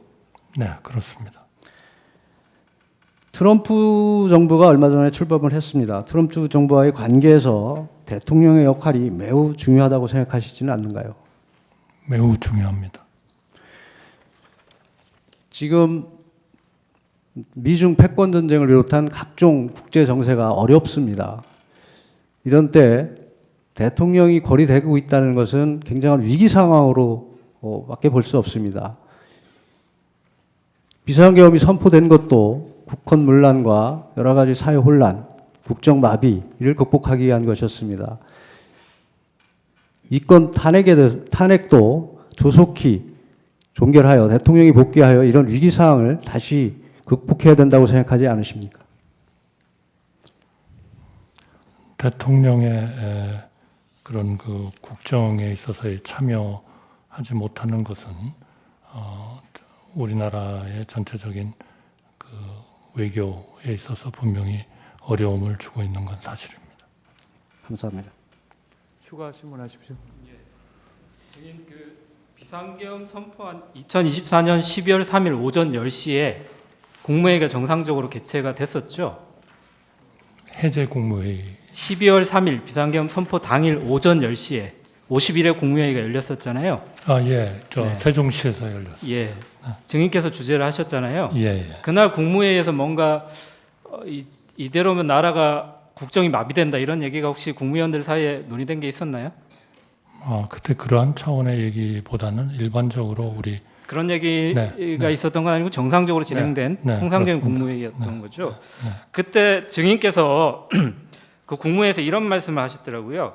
내년도 예산안이 하루라도 빨리 여야 간 합의를 거쳐 처리될 수 있도록 국회 초당적 협력을 다시 한번 당부드린다. 이런 말 기억하시죠? 네, 그렇습니다. 국회의장도 바로 전날에 예산안을 12월 10일까지 여야 간에 합의해서 좀 처리할 수 있도록 해달라 이렇게 말씀하셨잖아요. 네. 근데 증인이 이제 오전 10시에 국무회의에서 12월 3일 날 오전 10시에서 국무회의에서 예산안에 대해 국회가 초당적 협력을 해달라 이렇게 얘기를 하고 피청구인이 그로부터 12시간 뒤에 대국민 담화문에서 예산 폭거는 한마디로 대한민국 국가재정을 농락하는 거다. 지금 우리 국회가 범죄자 집단의 소굴이 됐다 하면서 비상계엄을 선포하셨거든요. 이 12시간 사이에 우리나라에 뭔가 국정이 마비될 정도의 어떤 뭔가 급박한 비상사태 아니면 상황 변화가 있었던가요? 증인이 국정을 운영하는 책임자로서? 제가 그 상황에 대해서는 아는 바가 없습니다. 특별한 상황 변화는 없었다는 증인이 생각하기에는 그렇게 이해를 하면 되겠죠. 제가 뭐라고 답변할 수 있는 그런 상황이 아니라고 알겠습니다. 생각합니다. 피청구인은 보면 그 비상계엄 선포 담화문에서 국회를 지칭해서 여러 가지 표현을 사용하시는데요. 범죄자 집단의 소굴, 자유민주주의 체제를 붕괴시키는 괴물, 종북 반국가 세력, 폐악질을 일삼은 망국의 원흉 이런 표현을 쓰셨는데 반면에 증인은 여야 간의 협치를 굉장히 강조하시는 것 같아요. 그런데 비상계엄 선포 이전에 피청구인이 증인한테 국회에 대해서 이렇게 좀 표현하신 적이 있으신가요? 그런 표현을 정확하게 네. 말씀하신 것은 제가 기억하지 못합니다. 네, 회의석상에 이렇게 개인적으로 만나실 때도 기억하신 적은 없으시잖아요. 그렇죠? 그런데 그러나 국정에 네. 대한 걱정, 네. 좌절 그런 것들은 걱정을 하셨던 거지 국회를 이렇게 표현하지는 않으셨다는 거잖아요. 네. 그런데 이런 국회가 반국가 세력이라고 하는 담화문의 비상계엄 선포 담화문의 내용에 대해서 증인께서는 좀 동의를 하시나요?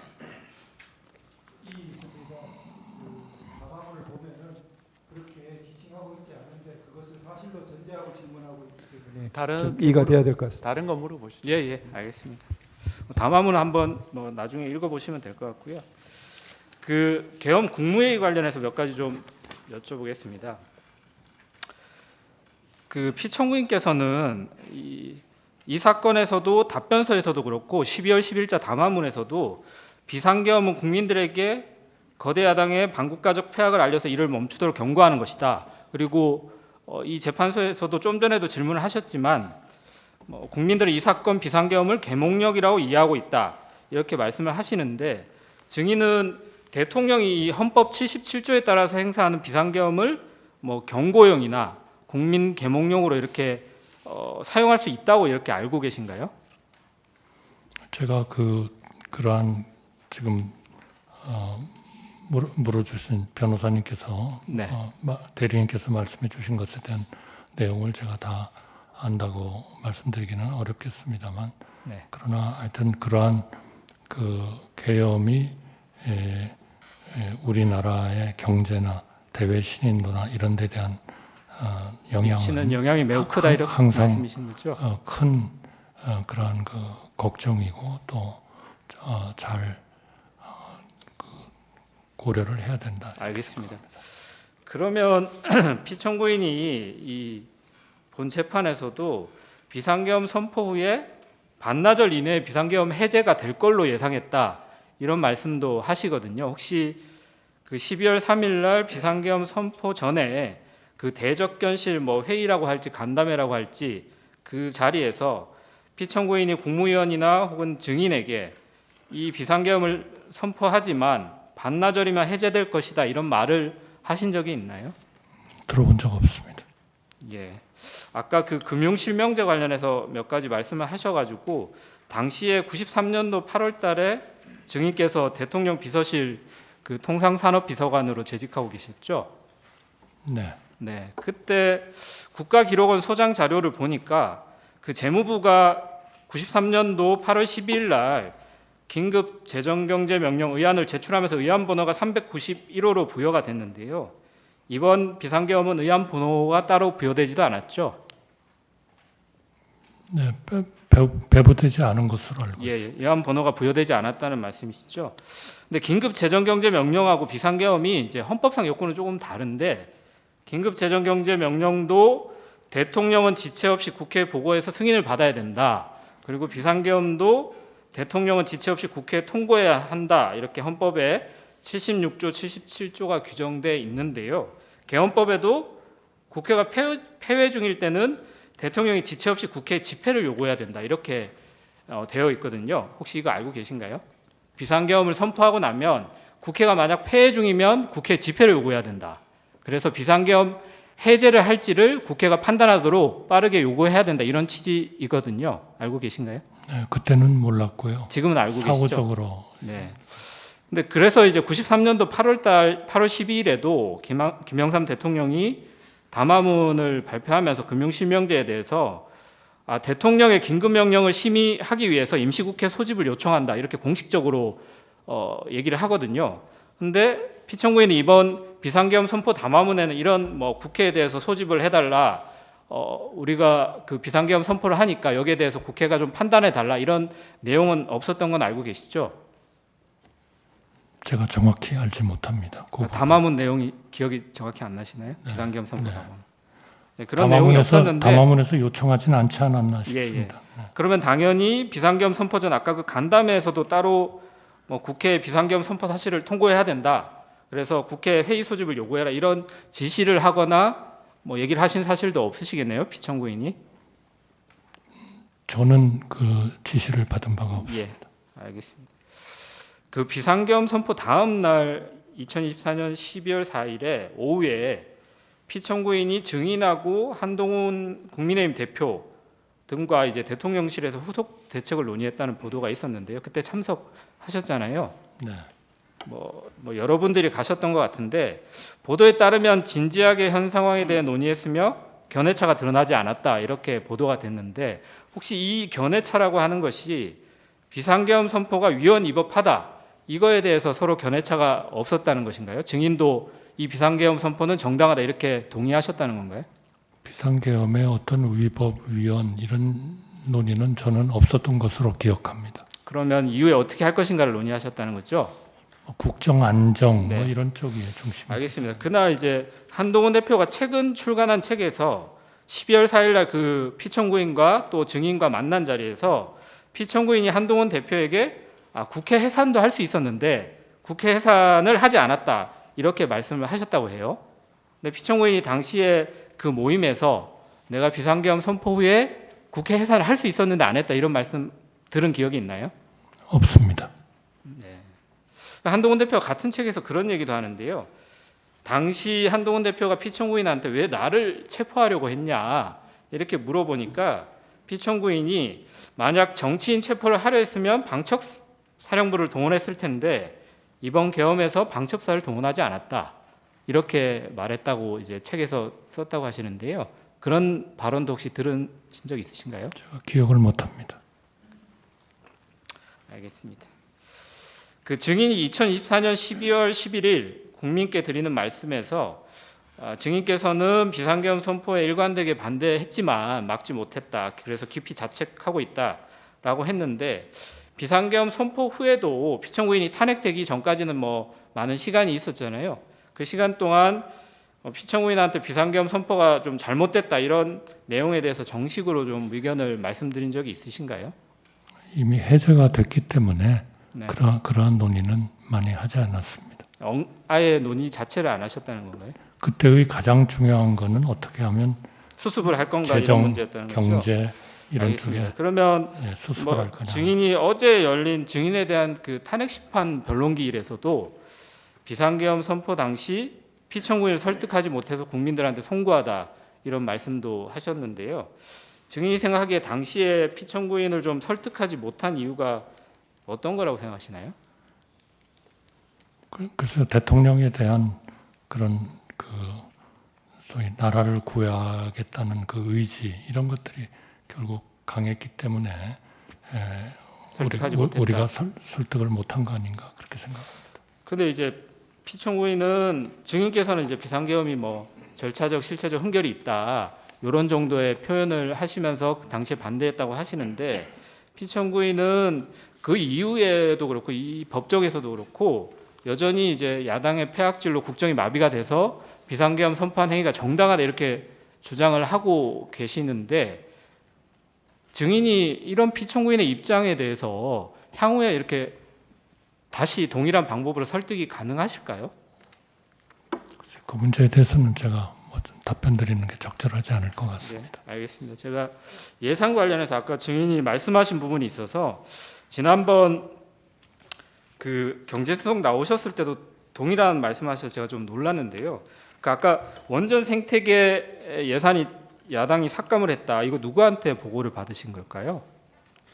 제가 지금 두 가지를 네. 말씀을 드린 겁니다. 그러니까 그 차세대 네. 원전 개발 관련 예산, 알겠습니다. 그리고 그러면 제가 원전 생태계 지원 예산. 지난번에 그 산자부 장관이 국회 산자위에 2024년 12월 19일 출석해서 한 내용에 대해서 그 경제수석에도 말씀을 드렸는데 당시에 산자부 장관이 국회에 나와서 야당이 원전 생태계 지원 예산을 삭감하고 체코 원전 수출 지원 예산은 무려 90%를 깎아버렸다 이렇게 담화문에 12.12 담화문에 기재되어 있는데 산자부 장관이 이에 대해서 산업부의 원전 관련된 예산은 4,887억 그대로 있다. 대통령의 담화문 내용은 잘못된 것이다라고 이렇게 발언한 내용은 알고 계신가요? 뭐 제가 알고 있지 못합니다. 네, 이 부분은 좀 확인을 해주셔야 될 것 그러나 같고요. 요 부분은 네. 아니 그러니까 원전 확인을- 생태계 관련 예산이 제가 네. 그래서 아마 프로젝트가 여러 개가 있었을 텐데요. 그러니까 산자부 장관이 차수- 한 발언에 대해서는 한번 차후에 한번 확인을 해보시면 네, 좋을 것 그렇게 같고요. 하겠습니다. 그 피청구인의 그 12월 3일 담화문하고 12월 10일 담화문은 혹시 누가 쓴 건지는 알고 계신가요? 그거는 모르겠습니다. 통상 이 메시지 비서관이 이 담화문을 쓰나요? 그거는 제가 알지 못합니다. 아니 왜냐하면 이 지금 담화문에 있는 여러 가지 예산 삭감과 관련된 내용이나 간첩법 개정에 관련된 내용이나 국가보안법 이번 22대 국회에서는 국가보안법 관련된 개정 법률안은 하나도 나온 것이 없거든요. 근데 폐지까지 시도하고 있다. 이런 잘못된 팩트에 기반한 담화문들이 대통령의 담화에서 계속 반복되는데 이 부분에 대해서 증인께서도 대통령 권한대행을 얼마 동안 하셨잖아요. 그러니까 대통령에 대한 보고 논의 체계에 대해서 한번 점검하신 적이 없는지를 여쭤보는 거예요. 네, 저는 뭐 드릴 말씀이 없습니다. 알겠습니다. 그러면 증인께서 노무현 정부 시절에도 국무총리를 하셨고 뭐 경제부총리도 하셨는데 그때는 야당이 지금과 달리 굉장히 협력적이었던 건가요? 정치적 상황은 엄청 달랐다. 저는 그렇게 느낍니다. 근데 그때도 여소야대 상황이 있었고 마지막 증인이 국무총리를 하실 때도 거부권 2번 행사하셨잖아요. 제가 그걸 지금은 기억을 못 기억 못 하겠습니다. 하시나요? 근데 그때는 비상겸을 하지 않으셨는데 지금은 비상겸을 한 거에 대해서 따로 하실 말씀이 있으실까요? 그러나 하여튼 그때는 국민연금 개정안까지 여야 합의로 통과가 됐고요. 그 다음에 그 사학법 굉장히 알겠습니다. 오랜 동안 어려운 과제였지만 그것도 여야 합의로 알겠습니다. 통과를 시켰습니다. 정치적인 상황은 훨씬 더 양극화되지 않았다. 네, 저는 증인. 그렇게 생각합니다. 여쭤보기 전에 아까 제가 그 방통위원장 탄핵 정죽수 관련해서는 제가 잠깐 착각을 해서 그 재평가님 의견 비율이 4대 4였던 건 맞은데 원래 6분 인용되려면 6분의 의견이 필요하기 때문에 그 부분은 제가 한 분 더가 아니고 2분 더 필요했다는 말씀 정정 말씀드립니다. 증인한테 제가 잘못된 정보를 드린 걸 수 있으니까 정정 말씀드리고 이날 계엄당 지금 국무위원들 모였을 당시에요. 앞에 먼저 모였던 분들 계시잖아요. 국무위원 중에는 6분이고 저 조태용 국정원장이 있었고 그분들 중에서는 마지막으로 연락받은 분이 증인 포함 3분인데 그 시간이 8시였습니다. 대통령실로 들어오라는 연락받은 시간이. 근데 나머지 분들 중에는 제일 먼저 연락받은 게 1시간 15분 뒤에요. 9시 15분. 그러니까 증인 8시에 전화 받고 8시 45분쯤 들어가셨다는 거잖아요. 그러니까 그때부터 한 30분 동안 증인이 다른 국무위원들 얘기도 한번 들어봅시다. 그 얘기 꺼내실 때까지 그때까지는 다른 국무위원 누가 들어올 때까지 기다리는 상황은 아니었죠. 그건 제가 잘 모르겠습니다. 증인은 어떠셨냐고요? 증인도 그때 다른 국무위원들 추가로 더 오기를 기다리고 있던 상황이었어요? 아니죠. 아닙니다. 저는 네. 대통령님께 알겠습니다. 좀 더 국무위원들을 더 그리고 아까 그 계엄 해제 국무회의 할 때요. 제안하겠습니다. 예. 증인, 그 보통 국무위원들이 간담회를 하는 경우가 있죠. 예, 있습니다. 그러니까 국무회의 끝나고 나서 간담회를 하죠. 되게 그렇습니다. 그러면 국무회의와 간담회는 어떤 차이가 있습니까? 국무위원 간담회는 뭐 지금부터 개의를 합니다. 뭐 폐회를 합니다. 그리고 뭐 안건을 뭐 필요하면 내기도 하겠지만 안건이 없이 그냥 구두로 얘기하는 경우도 있고요. 그다음에 기록을 하지 않습니다. 그러니까 개의합니다, 폐회합니다 이런 얘기 안 한다는 안 거죠? 합니다. 예. 간담회는 그런 게 없습니다. 지금 이 사건 비상계엄 전에 이제 대통령실에서 있었던 그 회의가 있잖아요. 그 회의에 대해서 증인은 수사기관이나 아니면 국회에서 간담회 정도로 본다 이렇게 말씀하신 적은 있으시죠? 그러니까 그거는 맞습니다. 말씀드린 적이 있고요. 그거는 기본적으로는 통상적인 국무회의하고는 달랐다 하는 그런 취지에서 그렇게 말씀을 드렸습니다. 예. 그런데 이제 그 증인께서는 그래서 이게 국무회의였느냐 아니냐 하는 것은 뭐 수사 절차나 사법 절차에서 정해야 될 것이다 이렇게 말씀하셨죠. 네, 네, 이제 그런데 이제 이게 지금 사법 절차잖아요. 네, 네. 네, 오늘 이 재판이 이제 그런데 저희가 그 증인에게 바라는 것은 뭐냐면 증인에게 그런 사법 절차에 있어서의 그런 판단을 대답해 달라는 게 아니고요. 증인의 개인적인 생각을 얘기해 달라는 겁니다. 증인께서는 어떻게 생각하시나요? 그러나 저는 이제 그 판단, 그거는 사실 개인적으로 하기는 굉장히 어려운 일이다라는 말씀을 드리고, 아마 많은 장관들이 이 국무회의를 한 것이 어떤 성격을 갖느냐 했을 때 항상 얘기한 거는 뭔가 판단은 어떨지는 모르겠습니다만 이러면서 아마 답변들을 많이 하신 걸로 제가 그렇게 파악을 하고 있고요. 그래서 저도 이제 가끔 간담회로 본다든지 국무회의가 아닌 게 맞지요 이런 질문을 의원님들이 하시면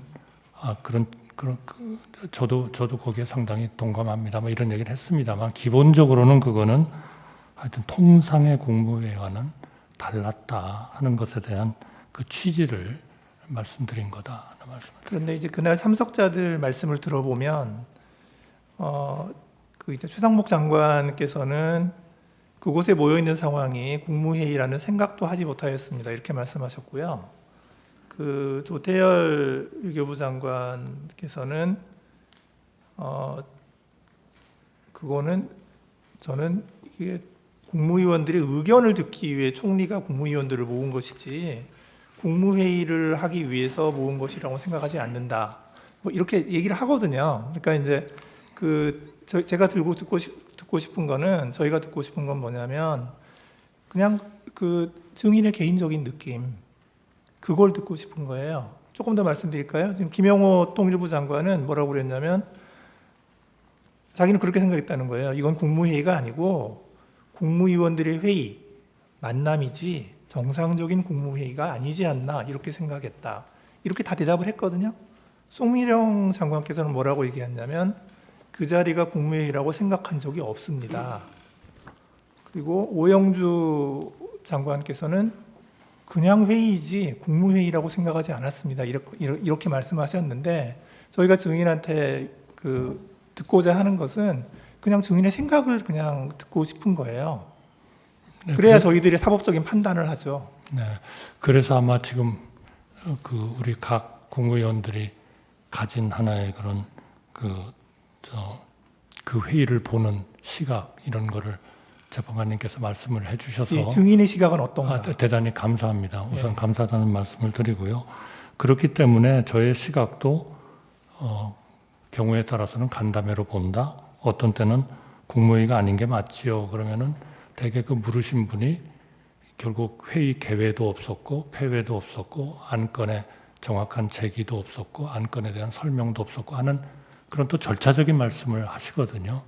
그래서 저도 대개 그런 취지에서 이제 표현을 이렇게 저렇게 말씀을 좀 한 것 같습니다. 그런데 제가 오늘 좀 더 명확히 해야 되겠다고 말씀을 드리는 거는 어쨌든 통상의 국무회의가 아니라는 저의 그 말씀과 그것이 형식적, 실체적 흠결이 있었다고 생각하는 거, 그거는 제가 하나의 팩트로서 분명하게 말씀을 드리지만, 그러나 어쨌든 12월 3일 날 오라는 연락을 받고 국무위원들은 어쨌든 순차적으로 모였고 또 비상계엄에 대해서 처음 듣고 또 걱정과 우려를 표명도 했고 하기 때문에 이거를 단순히 저희가 하는 것처럼 그냥 통상의 국무회의와 다르다, 그러니까 이거는 법적으로 어떨 것 같다, 법적인 영향을 미치는 그러한 거에 저희가 이렇게 그 개인적인 얘기를 하는 것은 굉장히 좀 적절치 않지 않냐 하는 말씀 때문에 드리는 거고요.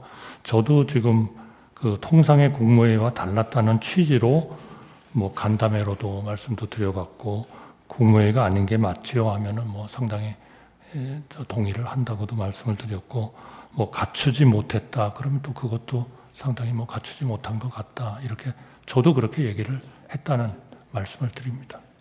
예, 알겠습니다. 감사합니다. 정인 신문은 종결하고요. 소추위원 예. 보안적으로 한 두세 가지만 하십시오. 증인 만일에 말이죠. 국회에서 탄핵을 하는데 여기 8분 계십니다. 4분 재판관을 탄핵을 해가 직무가 정지가 되면 헌법재판소가 마비가 된다고 생각합니까? 그렇게 생각 안 하십니까?